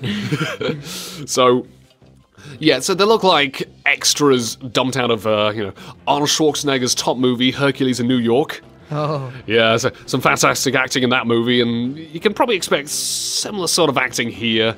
Apparently, suppose a killer among the loose among these bad guy gangsters. Really? The thing is, it's just full of so many weird moments. For example, so there's a gangster walking up to a lady, he's backing off. The camera pans to the floor, and there's a little symbol, and that's basically to say, press the button right now. You press the button, and you can trap him in the balmiest of ways. If you don't save her in time, what does the lady do? To say that, oh dear, the guy got her. She screams at him at the top of her voice, and he just decides to nonchalantly climb out the window as if nothing happened. What? That's a good escape strategy. He must have been very discreet about what he was doing. Well, she certainly wasn't discreet. She just went, ah! And he decided to just go, oh, well, I'm out of here. Dum-de-dum-de-dum. Dirty deeds done dirt cheap. It's like, yeah, I'm not going to do this anymore if she's going to scream like that. Cow.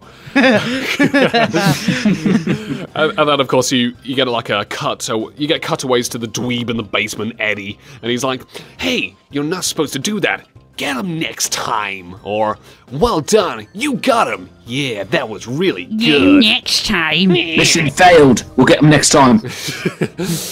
There's so many weird moments in Double Switch. It's such a balmy Sega CD game. I think they're just trying to like shove in so many side plots going on to, that you flick between, that you might to hopefully just. Well, to kind of like distract you from the main game at hand to make it trickier, but no one cares. I mean, unless you're gonna like flick into this band who's playing live. They're doing like rehearsals in this weird kind of like, it's like a museum kind of area because it's full of Egyptian artifacts, etc. And you get this random guy dressed up in a kilt, completely topless, a little bit tubby, middle-aged, and he's singing along with a heavy metal band. Sounds like Jonathan Davis from Korn. Except doing a terrible impersonating a Scotsman, at least, appearance-wise. And he's just swinging his kilt around and going, wow! What the hell am I watching? Am I supposed to be trapping burglars, or am I watching some sort of awful music video trying to be spliced into here? For one thing, I don't know what's going on, but he's certainly a gentleman I don't want to meet anytime soon if he's going to be walking around showing off his big, tubby, beer belly, hairy chest and swinging around his kilt while going, ow! Yeah. And you don't want to see that. I take that back. I do. I want to splice that into like a random game, like, for example, Resident Evil. What? Like, the cheesy cutscenes in that, for example, they get to the helicopter and they say, all right, let's see who saved us. Ow! I'm going to stay in the mansion. Yeah, me too. Oh, but what happens if you fail, you wonder? Oh, well, I know, Hyper, I know you're shivering and browning in your pants at just the thought of failing in this game. It scares me. Yeah. I don't want to know what happens when you win, and I found out, so what happens when I... Well, what happens is, if you fail, then Eddie, he turns out the lights. He shines a light in his face saying, well, you've really done it now. I'm trapped in here forever. Game over. And that's it. Wow, oh, boo-hoo, I'm so sad. Oh, whatever. Yeah, whatever. This is the second time I've said it, but there's beauty in simplicity, but that is just poor. It's ugly. It's ugly, dweeb. But of course, the big twist, Eddie is nuts and was locked in the basement all along, so... No, they did not do that, and then I woke up. No. That is the equivalent of a story time, and then I woke up. No, don't worry. It wasn't just an all big dream. But it turns out he was a killer all along. The killer. And he dresses up as a mummy to chase people. And he's like, don't try and use the traps on me. I designed them. I know how they work. I designed them. In like a weird voice. And then you gotta trap him multiple times, and then you win. Boring. So that was Double Switch for the Sega CD. Some truly dopey, balmy ideas in that one, though. But, like I said, I'm going to edit in that footage of that guy dancing around in a kilt. I'm gonna edit it somewhere. Add that weird Ed Sheeran song about the Irish man that sang in a band with an Irishman. I've heard it on the radio 20,000 times in the past week. You see that? That's what separates Siren FM and the Cyberden from other jabroni radio stations out there, Hyper. We play good music. Get off the radio, Jake! Shut up! You're the cause of global warming, man! Oh, damn it! Misogynist pig! Damn it. Yeah.